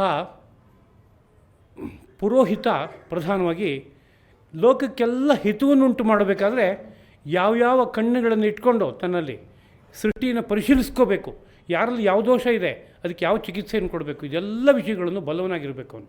ಪುರೋಹಿತನ ಬಗ್ಗೆ ಅರ್ಥಶಾಸ್ತ್ರ ವಿಸ್ತಾರವಾದ ಪರಿಚಯವನ್ನು ಕೊಡುತ್ತೆ. ಹಾಗಿರೋದ್ರಿಂದ ಅಂತಹ ಬೃಹಸ್ಪತ್ಯಾಚಾರ್ಯರು ನಮಗೆ ನಾನಾ ರೀತಿಯಾದಂಥ ಉಪಾಯಗಳನ್ನು ಕೊಡಬೇಕು. ಯಾವ ಉಪಾಯಗಳು ಅಂದರೆ, ನಮ್ಮ ಜೀವನದಲ್ಲಿರುವಂಥ ನಾನಾ ಕ್ಲೇಶಗಳನ್ನು ಕಳ್ಕೊಳ್ಳೋಕೆ ಬೇಕಾಗಿರೋ ಉಪಾಯಗಳನ್ನು ಕೊಡಬೇಕು. ಆ ಉಪಾಯವನ್ನು ಅಥರ್ವವೇದದಲ್ಲಿ ಇದ್ದರೂ ಸಹ ಅದಕ್ಕೆ ಕೆಲಸ ಮಾಡಬೇಕಾದ್ರೆ ನಮ್ಮ ಬುದ್ಧಿಲಿ ಅದರೊಳಗಡೆ ಇರೋ ಮರ್ಮಗಳೆಲ್ಲ ಗೊತ್ತಾಗಬೇಕು. ಆ ಮರ್ಮ ಗೊತ್ತಾಗಬೇಕಾದ್ರೆ ಅಲ್ಲಿರುವ ಅಧಿಷ್ಠಾತೃ ದೇವತೆ ಬೃಹಸ್ಪತ್ಯಾಚಾರ್ಯರ ಅನುಗ್ರಹ ಬೇಕು. ಅದರಿಂದ ಅವರನ್ನು ಕೈ ಮುಗಿದು ಪ್ರಾರ್ಥಿಸಿ, ನಿಮ್ಮ ಅನುಗ್ರಹದಿಂದ ಈ ಅಥರ್ವ ವೇದದಲ್ಲಿ ಇರುವಂತಹ ನಾನಾ ಯುಕ್ತಿಗಳನ್ನು, ಉಪಾಯಗಳನ್ನು ನಾನು ಅರ್ಥ ಮಾಡ್ಕೋತೀನಿ, ನನ್ನ ಜೀವನದಲ್ಲಿ ಬಳಸ್ಕೋತೀನಿ, ಇದಕ್ಕೆ ಮಂಗಳವನ್ನು, ಸ್ವಸ್ತಿಯನ್ನು ನೀವು ಅನುಗ್ರಹಿಸಿಕೊಡ್ಬೇಕು ಎಂಬುದಾಗಿ ಕೇಳ್ಕೊಳ್ಳೋದಕ್ಕೋಸ್ಕರವಾಗಿ ಬೃಹಸ್ಪತ್ಯಾಚಾರ್ಯರನ್ನು ಸ್ತೋತ್ರ ಮಾಡ್ತಾಯಿದ್ದಾರೆ.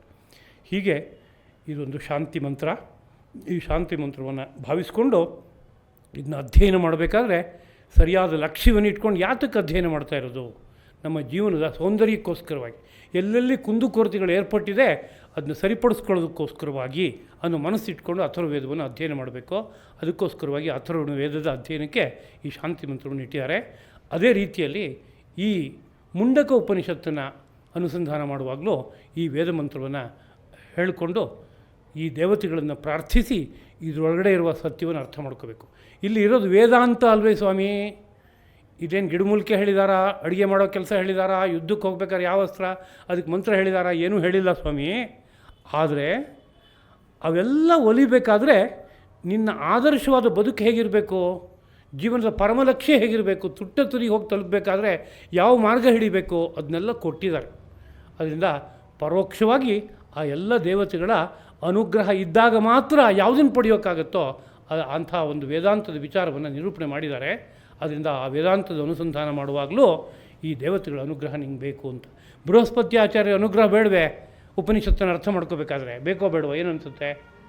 ಬೇಕು, ಇಲ್ಲೋರು ಅದ್ರ ಮರ್ಮನೇ ಗೊತ್ತಾಗೋಲ್ಲ. ಹಾಗೆ ತಾರ್ಕ್ಷ್ಯನ ಅನುಗ್ರಹ ಬೇಡವೇ? ಇಲ್ಲಿರೋ ವೇದ ಮಂತ್ರನ ಕಡೆ ಪಕ್ಷ ನೆಟ್ಟಿಗೆ ಓದೋಕ್ಕಾದ್ರೆ ನಂಗೆ ಬರಬೇಕಲ್ಲ, ಅದನ್ನು ಪದಗಳನ್ನು ಬಿಡಿಸ್ಬೇಕಾದ್ರೆ ನೆಟ್ಟಿಗೆ ಬಿಡಿಸೋಕ್ಕಾದ್ರೂ ಬರಬೇಕಲ್ಲ. ತಪ್ಪಾಗಿ ಬಿಡಿಸೋದಂತ ಗೊತ್ತಾ ನಿಮಗೆ? ನಮ್ಮಲ್ಲೆಲ್ಲ ಬಾಲ್ಯದಲ್ಲಿ ಹೇಳ್ಕೊಡ್ತಾಯಿದ್ರು ದಶರ ಮಶರ ಅಂತ. ಹಾಗಂದ್ರೆ ಏನು ಅಂತ ಗೊತ್ತಾಗುತ್ತಾ ನಿಮಗೆ? ದಶ ರಾಮ ಶರಾಹ ಅಂತ ಒಂದು ಕಡೆಯಲ್ಲಿದೆ, ದಶ ರಾಮ ಶರಾಹ ಅಂತ. ಓದುವಾಗ ದಶರಾ ಮಶರ ಏನು ಅರ್ಥ ಅಂದರೆ ದಸರಾದ ಮೊಸರು. ಆಹಾ, ಎಷ್ಟು ಚೆನ್ನಾಗಿದೆ ಪದವಿಭಾಗ, ಎಷ್ಟು ಚೆನ್ನಾದ ಅರ್ಥ. ಹೀಗಾದರೆ ಏನು ಮಾಡಬೇಕು? ಹೀಗಾಗದೇ ಇರಬೇಕಾದ್ರೆ ಬುದ್ಧಿಗೆ ತಾರ್ಕ್ಷ್ಯಂದೇನೋ ಒಂದು ಕೆಲಸ ಇದೆ. ತಾರ್ಕ್ಷ್ಯ ಛಂದೋಮಯೇನ ಗರುಡೇನ, ಅವನು ಛಂದೋಮಯನಾಗಿದ್ದಾನಂತವನು, ಛಂದೋ ರೂಪದಲ್ಲಿದ್ದಾನಂತೆ.